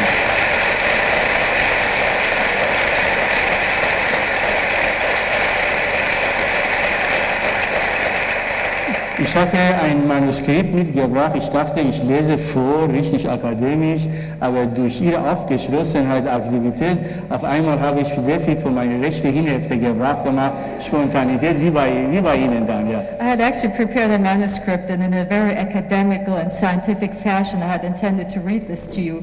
But because of your openness and interest, I switched to right hemispheric actions, and I'm just talking to you. Ich hoffe, dass Sie deshalb meine Spontanität verstehen und die Mängel nach der Geschichte Kre und Fall in dieser Art interpretieren. And so, looking at my spontaneity, I hope that all of you will interpret all my thoughts and defaults according to the story of the peacock and the crow.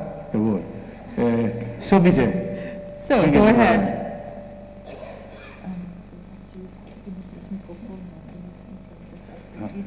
Ach so. Es wäre sehr schön, wenn Sie dann dieses Mikrofon hier benutzen. Gibt es nur ein Mikrofon, oder? Ja. Okay. Aber, You are asked to please use the floor microphone because otherwise your questions will not be included in the recordings, if possible. ja. Wenn nicht, können Sie auch von dort auch. If not, you can just yell. Nehmen Sie sich ruhig Zeit. Take your time, please. Wo, bitte? Kommen Sie mal hier.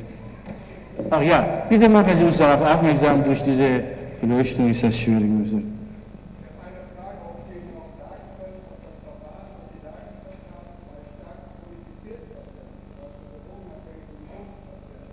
I have a question regarding the applicability of your system depending on very chronic diseases like addiction issues. Die Frage war, wie kann man das Modell bei chronischen Patienten und drogenabhängigen Suchtpatienten auch anwenden? War richtig das so? Ja, gerade vor etwa 8 Wochen war dieser Kongress dann in Kassel.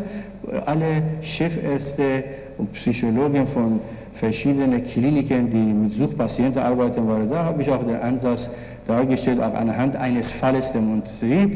Wir versuchen zunächst bei diesen Suchtpatienten auch positive Aspekte herauszuholen.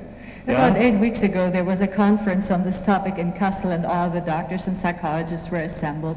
And we were describing how to use this approach with addiction and also to initially focus on the positive aspects involved in this.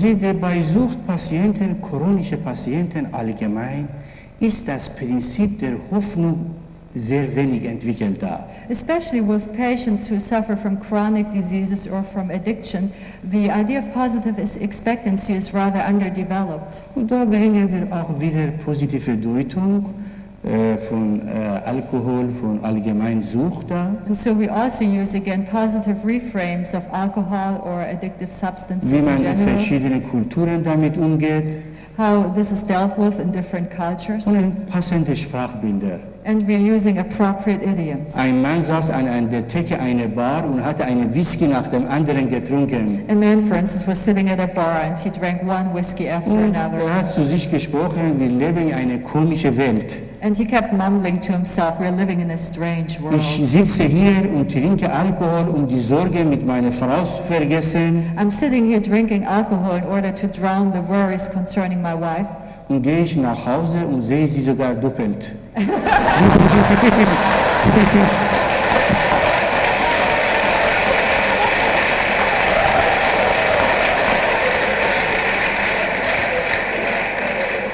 And yet, by the time I get home, I even see two of her kind. Ja. Und so versuchen wir ziemlich schnell die Familie, Bezugsperson einzubeziehen durch solche Deutungen, Sprachbilder dabei dann. And so, preferably from the very start, we're trying to pull in the family and partners. Und dann gehen wir nach diesem Modell wieder 4 Bereiche vor, was ist in den letzten 5 Jahren passiert und so weiter, genauso in dieser Art. And then again, we will be following those 4 realms according to the same steps, just as we have described before. Und diese Geschichte, wieder Seite 15, von Mut, eine Probe zu wagen, ist für Suchtpatienten, Leute, die wenig Hoffnung haben, sehr gut geeignet.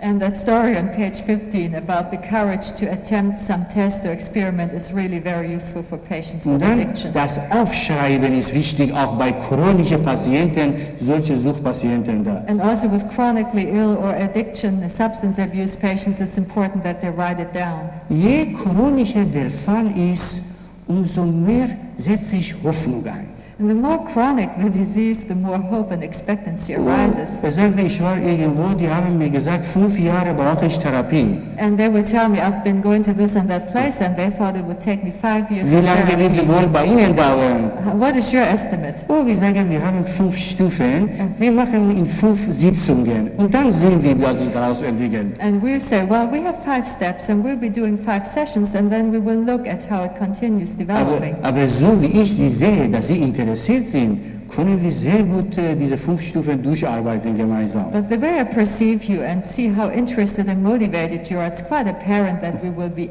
well able to deal with those 5 steps in Also short time. umso mehr entwickelt der Patient eigene Ressourcen. Ja?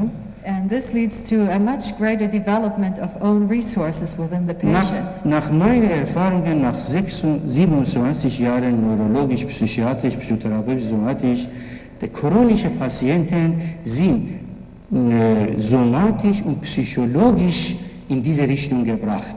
And it's been my experience of those past 27 years of dealing with psychiatry and psychology and all of these things that Das sind entweder somatisch hat man nur körperliche Symptome behandelt oder psychologisch nur Symptome beseitigt. And so after all this experience, I see that in most cases the patients have either been treated with a somatic approach, focusing only on that, or a psychological Weil approach. die Frage sehr gut war, bei jedem chronischen Patienten erst frage ich, wenn wir gemeinsam gut gearbeitet haben und so, was wollen Sie machen, wenn Sie keine Beschwerden mehr haben? And especially with chronic patients, I will be asking, assume you and I have accomplished a lot of good work, what will you be doing once these symptoms have been reduced? Gesundheitlich, beruflich, partnerschaftlich und sozial. Health-wise, related to your job, to your partnership, in the general social realm.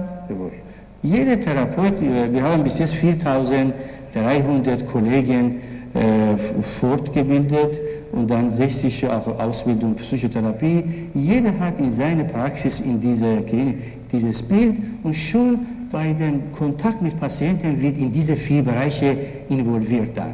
We have so far been training 4,300 professionals, and each of them in their own private practice now has this picture up on the wall, and so patients are confronted with this from the very start. Das heißt, dass seine Suchtprobleme Sinn hat, diese 4 Bereiche, die aufgrund verschiedener Probleme einseitig geworden sind, wieder in Balance bringen. And that indicates that the addiction problem the patient is suffering from serves the purpose of re-establishing balance among those 4 realms. Ist Ihre Frage etwas beantwortet? Freut mich.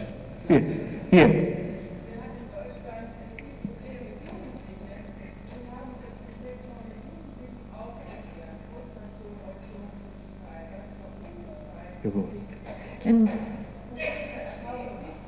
In Germany right now we are having lots of problems with our youth as far as a lack of orientation and frustration. I guess you mean Null Bock is concerned. Have you been trying this concept? Ich bin Ihnen sehr dankbar, weil Sie eine grundsätzliche Frage gestellt haben. Und zwar, wir machen von drogenabhängigen Jugendlichen, die Probleme haben, innerhalb von 3 bis 5 Sitzungen als Therapeut für die Familie. Für Familientherapie. I'm very grateful for you asking this question, because when we are working with youth with addiction problems, within 3 to 5 sessions we are turning this addicted youth into a therapist in the family. Und wir sagen, in ihrer Familie waren großartige Sachen dabei. Holen wir erst positive Eigenschaften raus. And so first we are again looking at the positive aspects and tell this patient, in your family there were great and positive things going on. Vater hat Tag und Nacht gearbeitet. Daddy worked day and night. So. Mutter hat sehr viel für Körper, Haus, Essen und so weiter gesorgt dann. And mom took really care of the physical problems and household issues and chores. Was zu kurz gekommen ist, ist die 3. und 4. Dimension. What really fell behind were the 3rd and the 4th dimensions. Zu Hause wenig Gäste. Very few guests being entertained at Weil home. für die Mutter Ordnung wichtig war und für Vater Sparsamkeit. Because one of the virtues the mother stood for was neatness and tidiness, and the father thriftiness. Und dann Religion wurde gar nicht gesprochen. Jeder hat eigene religiöse Sphäre gehabt. And religion was never really discussed because everybody delved into his own religious Und jetzt ist world. Ihre Aufgabe, diese 2 Bereiche unter unserer Zusammenarbeit weiterentwickeln dann. And so it will be now your job, under our guidance, to help the family develop these extra 2 realms. Dann nehmen wir diese 2 Aspekte und gehen wir jeden Aspekt in 5 Stufen durch. And then we take these 2 aspects and go through those 5 steps with each of those. Wird aber von der Kurs nach dem Interview als Therapeut für die Familie eingesetzt. And very shortly after the initial interview, this youth will already be working as a therapist within his own family. Und in der 4. Stufe bringe ich die Familie ein, die 4. Stufe, Verbalisierung. And the 4th step, verbalization, we will be including the family. Und viele sagen, meine Eltern würden nie mitmachen. And many say, my parents would never come. Ich sage, ich mache orientalisch. Ich rufe bei Ihnen zu Hause an und lade die Eltern, ja. And I say, I'm using the Oriental approach. I will be calling your parents and inviting them. Ich habe, können Sie mir ruhig glauben, in den letzten 15 Jahren, die ich intensiv das mache, noch nie einmal erlebt, dass die Eltern nicht gekommen sind. And you can really believe me, for the past 15 years, while I have been doing this, there has not been a single refusal. Aber manchmal habe ich 5-mal angerufen. Ja?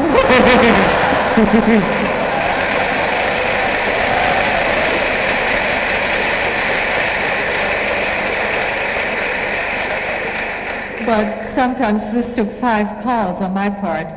Man muss am Ball bleiben. Also etwa in dieser nicht nachgeben, ja, nicht nachgeben. You just have to keep it up, never give in. So, Eine Frage noch, welche Erfahrungen haben Sie mit Anorexie-Patienten? Was ist das Besondere, was da aus Ihrer Sicht Das ist richtig meine- oder passend ist? What's your experience with Anorexia Nervosa? What are the particular aspects regarding this?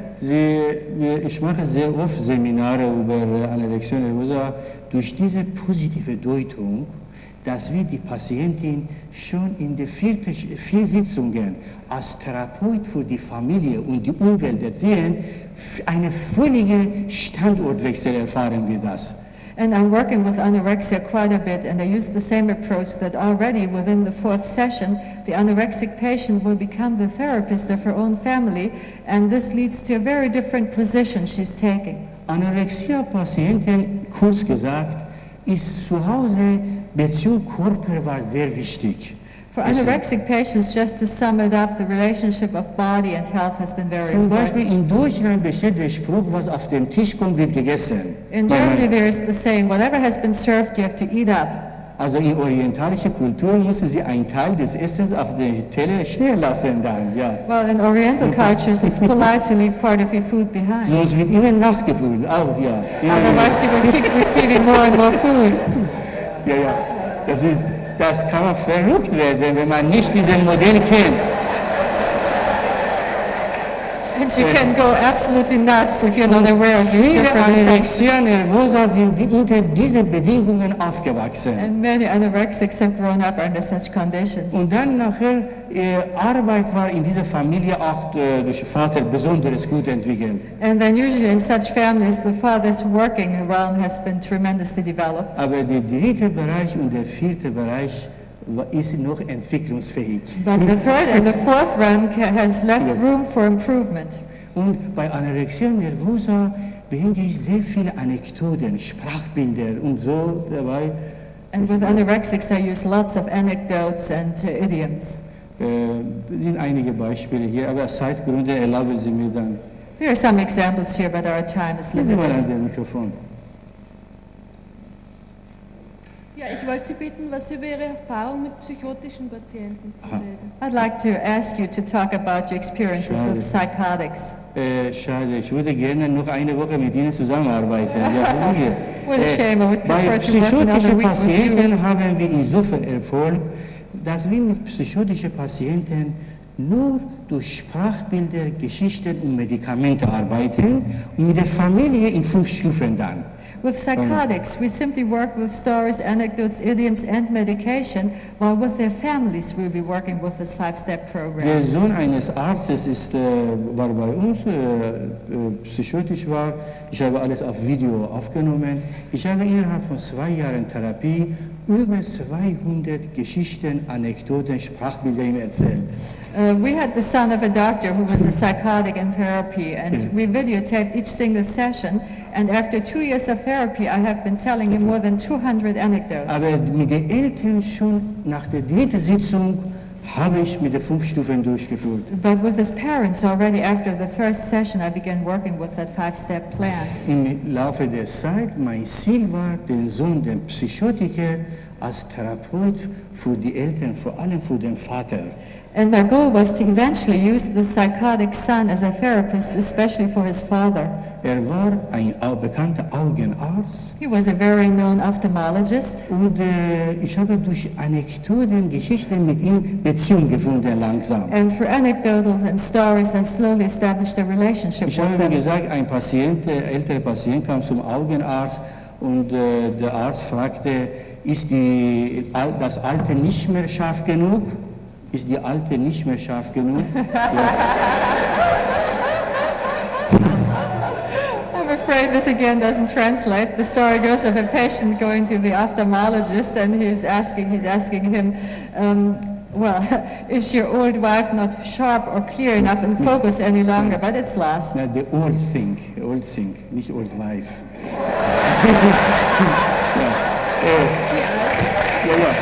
Die Alte meint die Brille.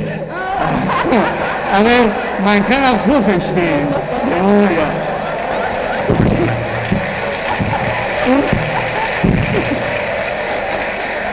So we get a good example of multiple meanings embedded within an entire story. Und der Patient sagte, das ist meine Sache. And the patient said, that's my business. Und der Augenarzt, kam nach Bad Nauheim, hat Seminare mitgemacht und wunderbar war eine Interaktion zustande, wo wir die 5 Stufen bearbeitet haben. And the ophthalmologist came to Bad Nauheim, and a good positive relationship was established. We were able to follow with this 5-step Das program. Grundmodell ist wieder hier. So the basic model is the one up here Aber again.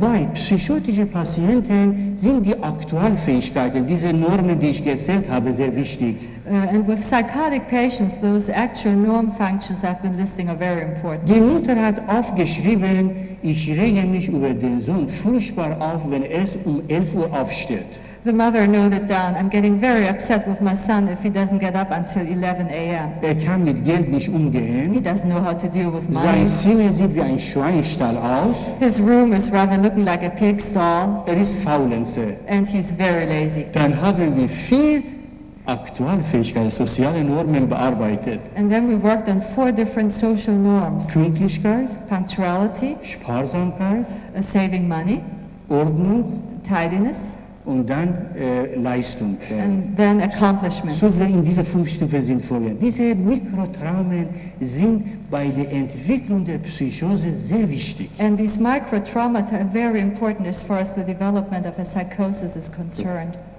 Da. Jawohl, ja, das ist doch. Deswegen war, ja, die Frage war, ob der Psychotiker Flucht in die Fantasie findet. Ja, das stimmt auch. Deshalb erzählen wir viel Geschichten, Sprachbilder und so, visualisieren dann.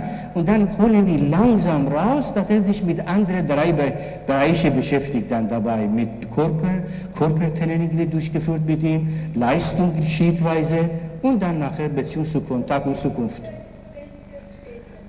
Ja, natürlich. Ja. The question is, do you assume that a psychotic is escaping into fantasy? And he says, yes, absolutely. And this is why we begin with using fantasy images, stories, and then gradually, starting where the patient is, we move him out of it step by step and focus more on those social things we have been mentioning, or health-wise ideas and all of these other steps. Mit diesen Patienten zum Beispiel mache ich eine Übung, wird 20 Steine verschiedene Farben hingelegt, rechts und links.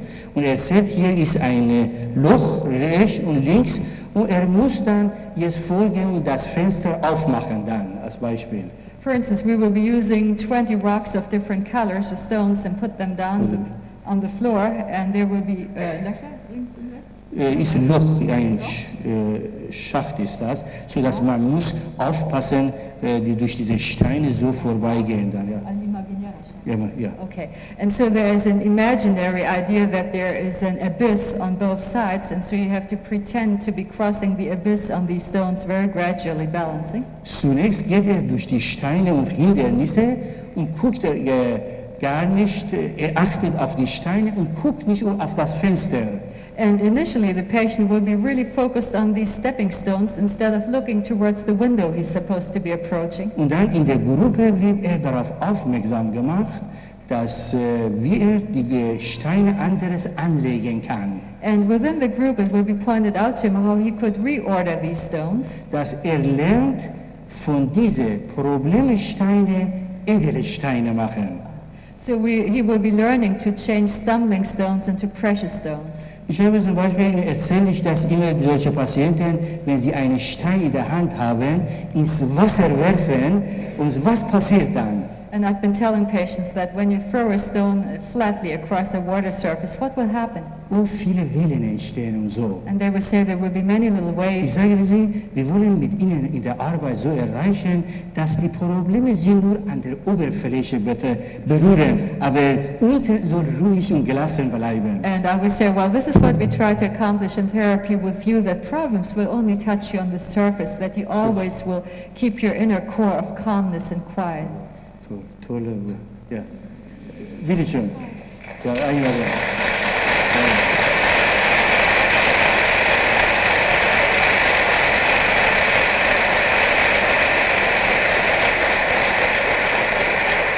Wir haben uns dann zum ersten Mal hier getroffen, nur dass Sie wissen, keine Übung und so. Und dann nur transkulturelle Übungen, dann Erfahrungen.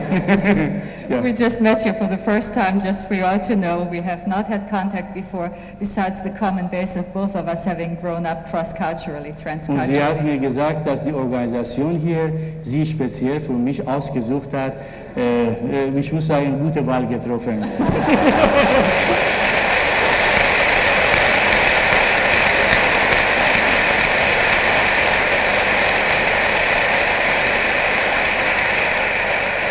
And the organizers have picked me for him because I grew up in Turkey and because I'm working with similar transcultural approaches. So, war noch, bitte schon, und da diese. Wenn Sie die Symptome des Patienten, mit denen er kommt, positiv deuten, besteht dann nicht die Gefahr, dass er umso stärker daran festhält, um Ihnen jetzt doch zu zeigen, wie furchtbar Sie eigentlich sind und wie schrecklich und wie unerträglich? Denn Isn't deswegen there a kommt er ja danger? eigentlich. Isn't there a danger when you start redefining or reframing the symptoms of your patient that, on the contrary, he might want to cling stronger yet to his view of reality in order to counteract you? Das kann ich bei jedem Patienten, wenn wir solche Deutungen machen, zunächst zeigen wir das Bild. Mache ich das so, ein Bild. I will initially always first show a patient how this works. I'll draw a circle like this. Machen wir hier, wir sagen, Ihre Probleme hat Ihnen viele, viele Sorgen gebracht. And then we would say your problems have caused you lots and lots of worries. Dann zähle ich nur das, was mir gesagt hat. Ja, And then Angst, I'd Depression, just be listing whatever he has been telling me. Angst, Wut und so weiter, alles da. Anxiety, fury, Aber wir rage. wollen sehen, dass diese Symptome trotz alledem welche positive Anteile haben. But we also want to be looking at, in spite of all of it, what are the positive aspects? Und dann erzähle ich dann zum Beispiel von diesem Schwimmtrainer, diese Anekdote dann. And then I will, for instance, be mentioning the anecdote about the swimming Das coach. ist sehr interessant, dass der Patient sehr schnell durch solche Bilder, Erzählungen, diesen Standortwechsel herbeiführen kann dabei. And it's interesting how rapidly a patient can switch position based on such stories. Also Ziel und Sinn dieser positiven Deutung ist, dass der Patient andere Sichtweise bekommt. So the goal or the meaning behind positive reframes is to help the patient develop different views, Die change of Probleme position. werden wir nicht beiseite legen, das kommt in der zweiten Stufe erst dann. We will not be putting aside the problems, we'll just wait till the second step. Ziel ist, das Prinzip der Hoffnung zu entwickeln. The goal is to help develop a positive expectancy. Das Tor zur Fantasie öffnet sich. The door towards fantasy will be opened. Und dann, kennen Sie die Geschichte, der Sohn sagte zu seinem Vater, gestern Nacht habe ich von dir geträumt. Do you know that story? The son tells his father, last night I dreamed of you. Und And du hast mir 500 Mark gegeben. you gave me 500 bucks. Der Vater sagte, Junge, es geht in Ordnung, das kannst du ruhig behalten. And the father says, son, that's quite all right, you can keep the money. Also in der Fantasie gehen wir mit dann langsam. So within our fantasy, we start walking along. Es war auch hier eine junge Dame, bitte.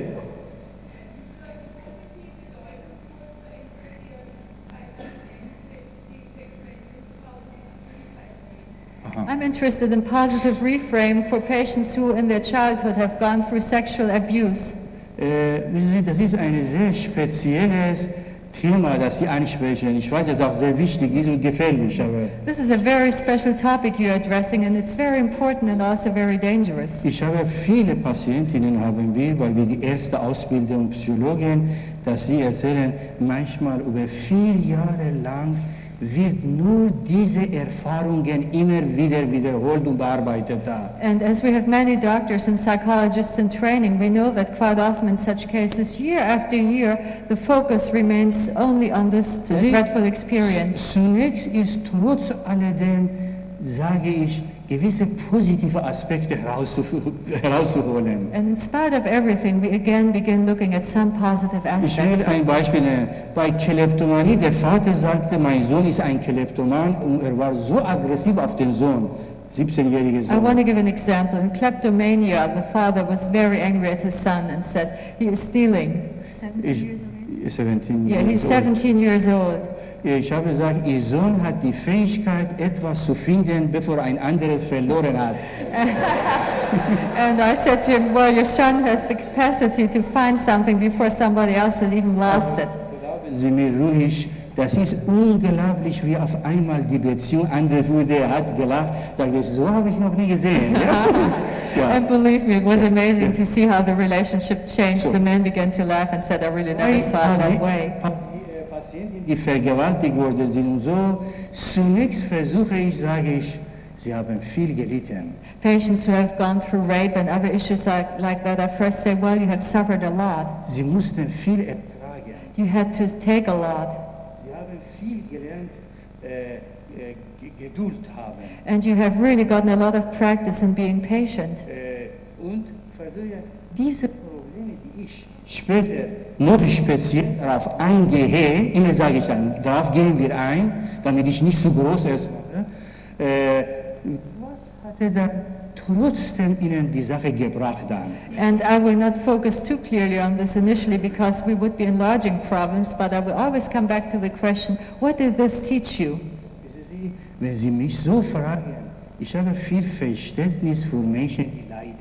And if you're asking me this way, I have great understanding for people who are suffering. Und dann, dort fange ich an und sage ich, können Sie ein Beispiel bringen, wer in Ihrer Bekanntenkreis in den letzten Monaten viel gelitten hat und Sie ihm geholfen haben? And then I will ask, can you give me an example of someone among your friends who for the last few months has been suffering a lot and where you have been of help? Und ich mache jetzt was immer das erste Interview, dann hole ich 3 Punkte auf. Eine ist Vergewaltigung, Missbrauch. Aber noch 2 andere Probleme kommen dazu, damit man sich nicht mit dem Problem identifiziert dann. And during the initial interview, I will always focus on 3 points. One will be the rape, but there will definitely be 2 other problems in order not to focus only on the rape. Und jetzt versuchen wir mal wieder die 4 Bereiche wieder bei den Patienten anzusprechen und bearbeiten. Dann. And then we can look at addressing those 4 realms. Das ist ich mache bei schwersten Vergewaltigungen Ehrenwort nicht mehr als 5 bis 6 Sitzungen über das Thema. Ich mache aber viel über die Zukunft mit den Leuten. Even in the worst cases of rape, and I tell you honestly, I will not focus on the rape issue for longer than 5 or 6 sessions, but I will really focus on future issues, future orientation. Denken Sie mal immer an die Geschichte mit dem Traum, wie 2 Traumdeuter das interpretiert haben. Always remember that little story about the 2 different dream interpreters. So, es war noch eine Frage. Ja, bitte.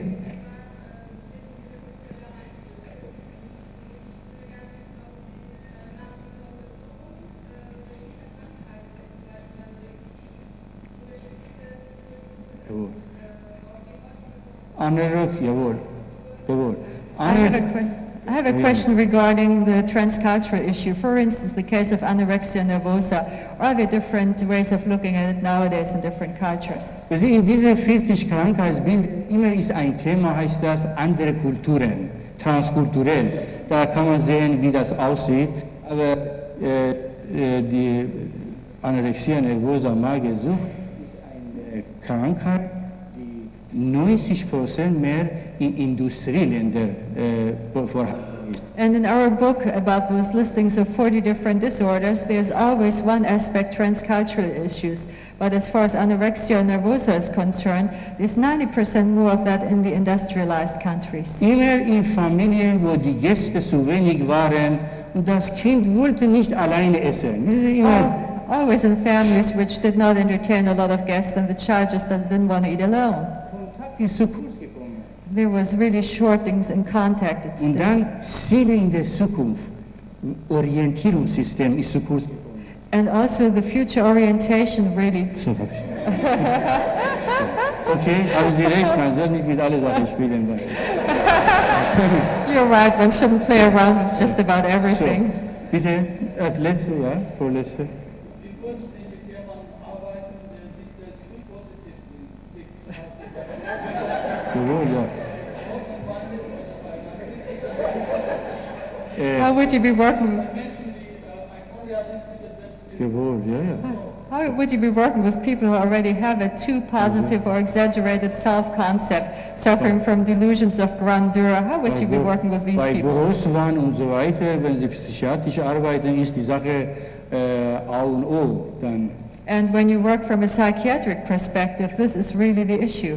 Aber wir versuchen es in der Fantasie des Patienten langsam spazieren gehen. We initially begin by just taking slow walks within the fantasy realm of the Ich patient. versuche dann einfach sehen, wie weit er soll das Bild darstellen dann. I will ask the patient first to present a picture of what he Zum sees. Beispiel, er glaubt, Adolf Hitler oder Napoleon und so weiter zu sein. He Ja. might think of himself being Hitler or Napoleon. Und er soll mir zeichnen, wie das aussieht, oder eventuell ein Bild mitbringen. And so he shall either make me a drawing or bring along a picture.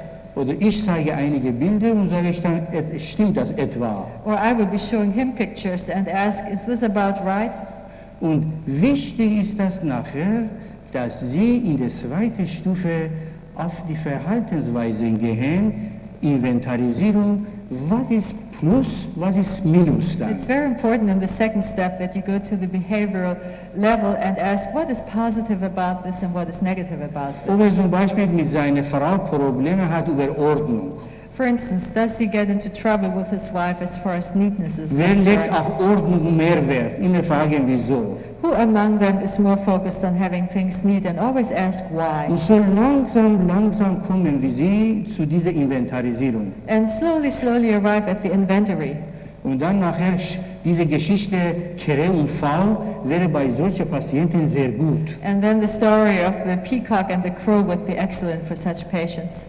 Kann er seine hässlichen Füße beschreiben? Can you describe his ugly feet? Ja, so können Sie umdrehen die Sache dann. So you can turn the story around. So, hier, als letzter unser Freund dann. This is the last question. Our friend over there. Patienten nachgefunden, dass sie weiterhin große Schwierigkeiten haben, selbst zu arbeiten und in die Familie sozusagen zurückschicken, ihnen eine Aufgabe geben.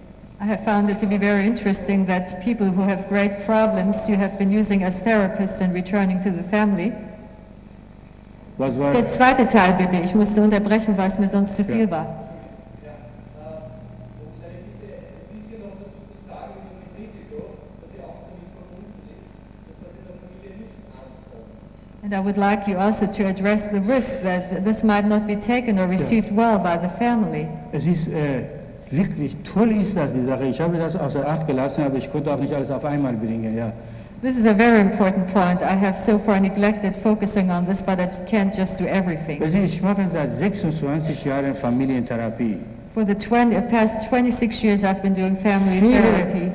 Etwa kann man es grob sagen, dass über 75% familientherapeutische Sachen vorzeitig abgebrochen werden. And one can say in general that 75% of family therapy cases are terminated too Weil early man mit Problemen beginnt. because one starts with the problem. Ich versuche bei solchen Patienten zunächst frage ich, was hat diese Familien zusammengebracht? With such patients, I will first address the question, what actually brought these families together? Und das Bild zeige ich schon im ersten Interview mit den beiden. And I will show this picture in the initial interview already. Welcher Bereich besonders bei der Frau, welcher Bereich bei dem Kind, welcher Bereich ist bei der Mutter entwickelt. Which realm, especially with the husband, with the child, with the mother, is mostly developed. Und wie die damit mit diesem Balance-Modell umgehen. And how they deal with this balance model. Und durch ein paar Geschichten versuche ich, die Sitzung abschließen. And with a few stories, I'm terminating the session. Und dreimal kommt jeder alleine. And for 3 times each will be seen separately Bis zum dritten Stufe, vierte Stufe. until we arrive at the 4th step. Und in der vierten Stufe bringe ich wieder beide zusammen. And in the 4th step, we will again bring both of them Und in. dann nachher, die Tochter oder der Sohn wird auch einbezogen. And then later on, the daughter or the son will also be included. Und auf diese Art kann man sehr gut mit Widerständen auch arbeiten. Dann. And this is an excellent way also to deal with resistance. Weil manchmal haben die über 20 Jahre Probleme gehabt. Jetzt aktualisiert sich in der Sitzung, dann kann man gar nicht kontrollieren. Because often those problems have been continuing for 20 years, and now within the session it becomes actualized and you can hardly handle it.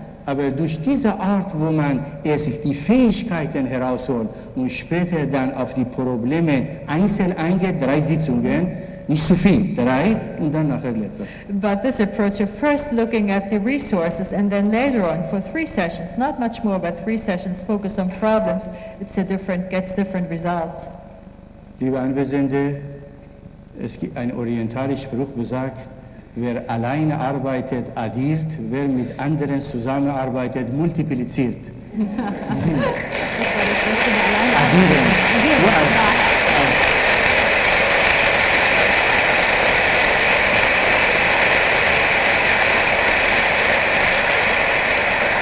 Dear audience, there's an Oriental saying which goes, whoever works by himself is doing it in an additive way, but whoever works together with others is a multiplier. Danke vielmals.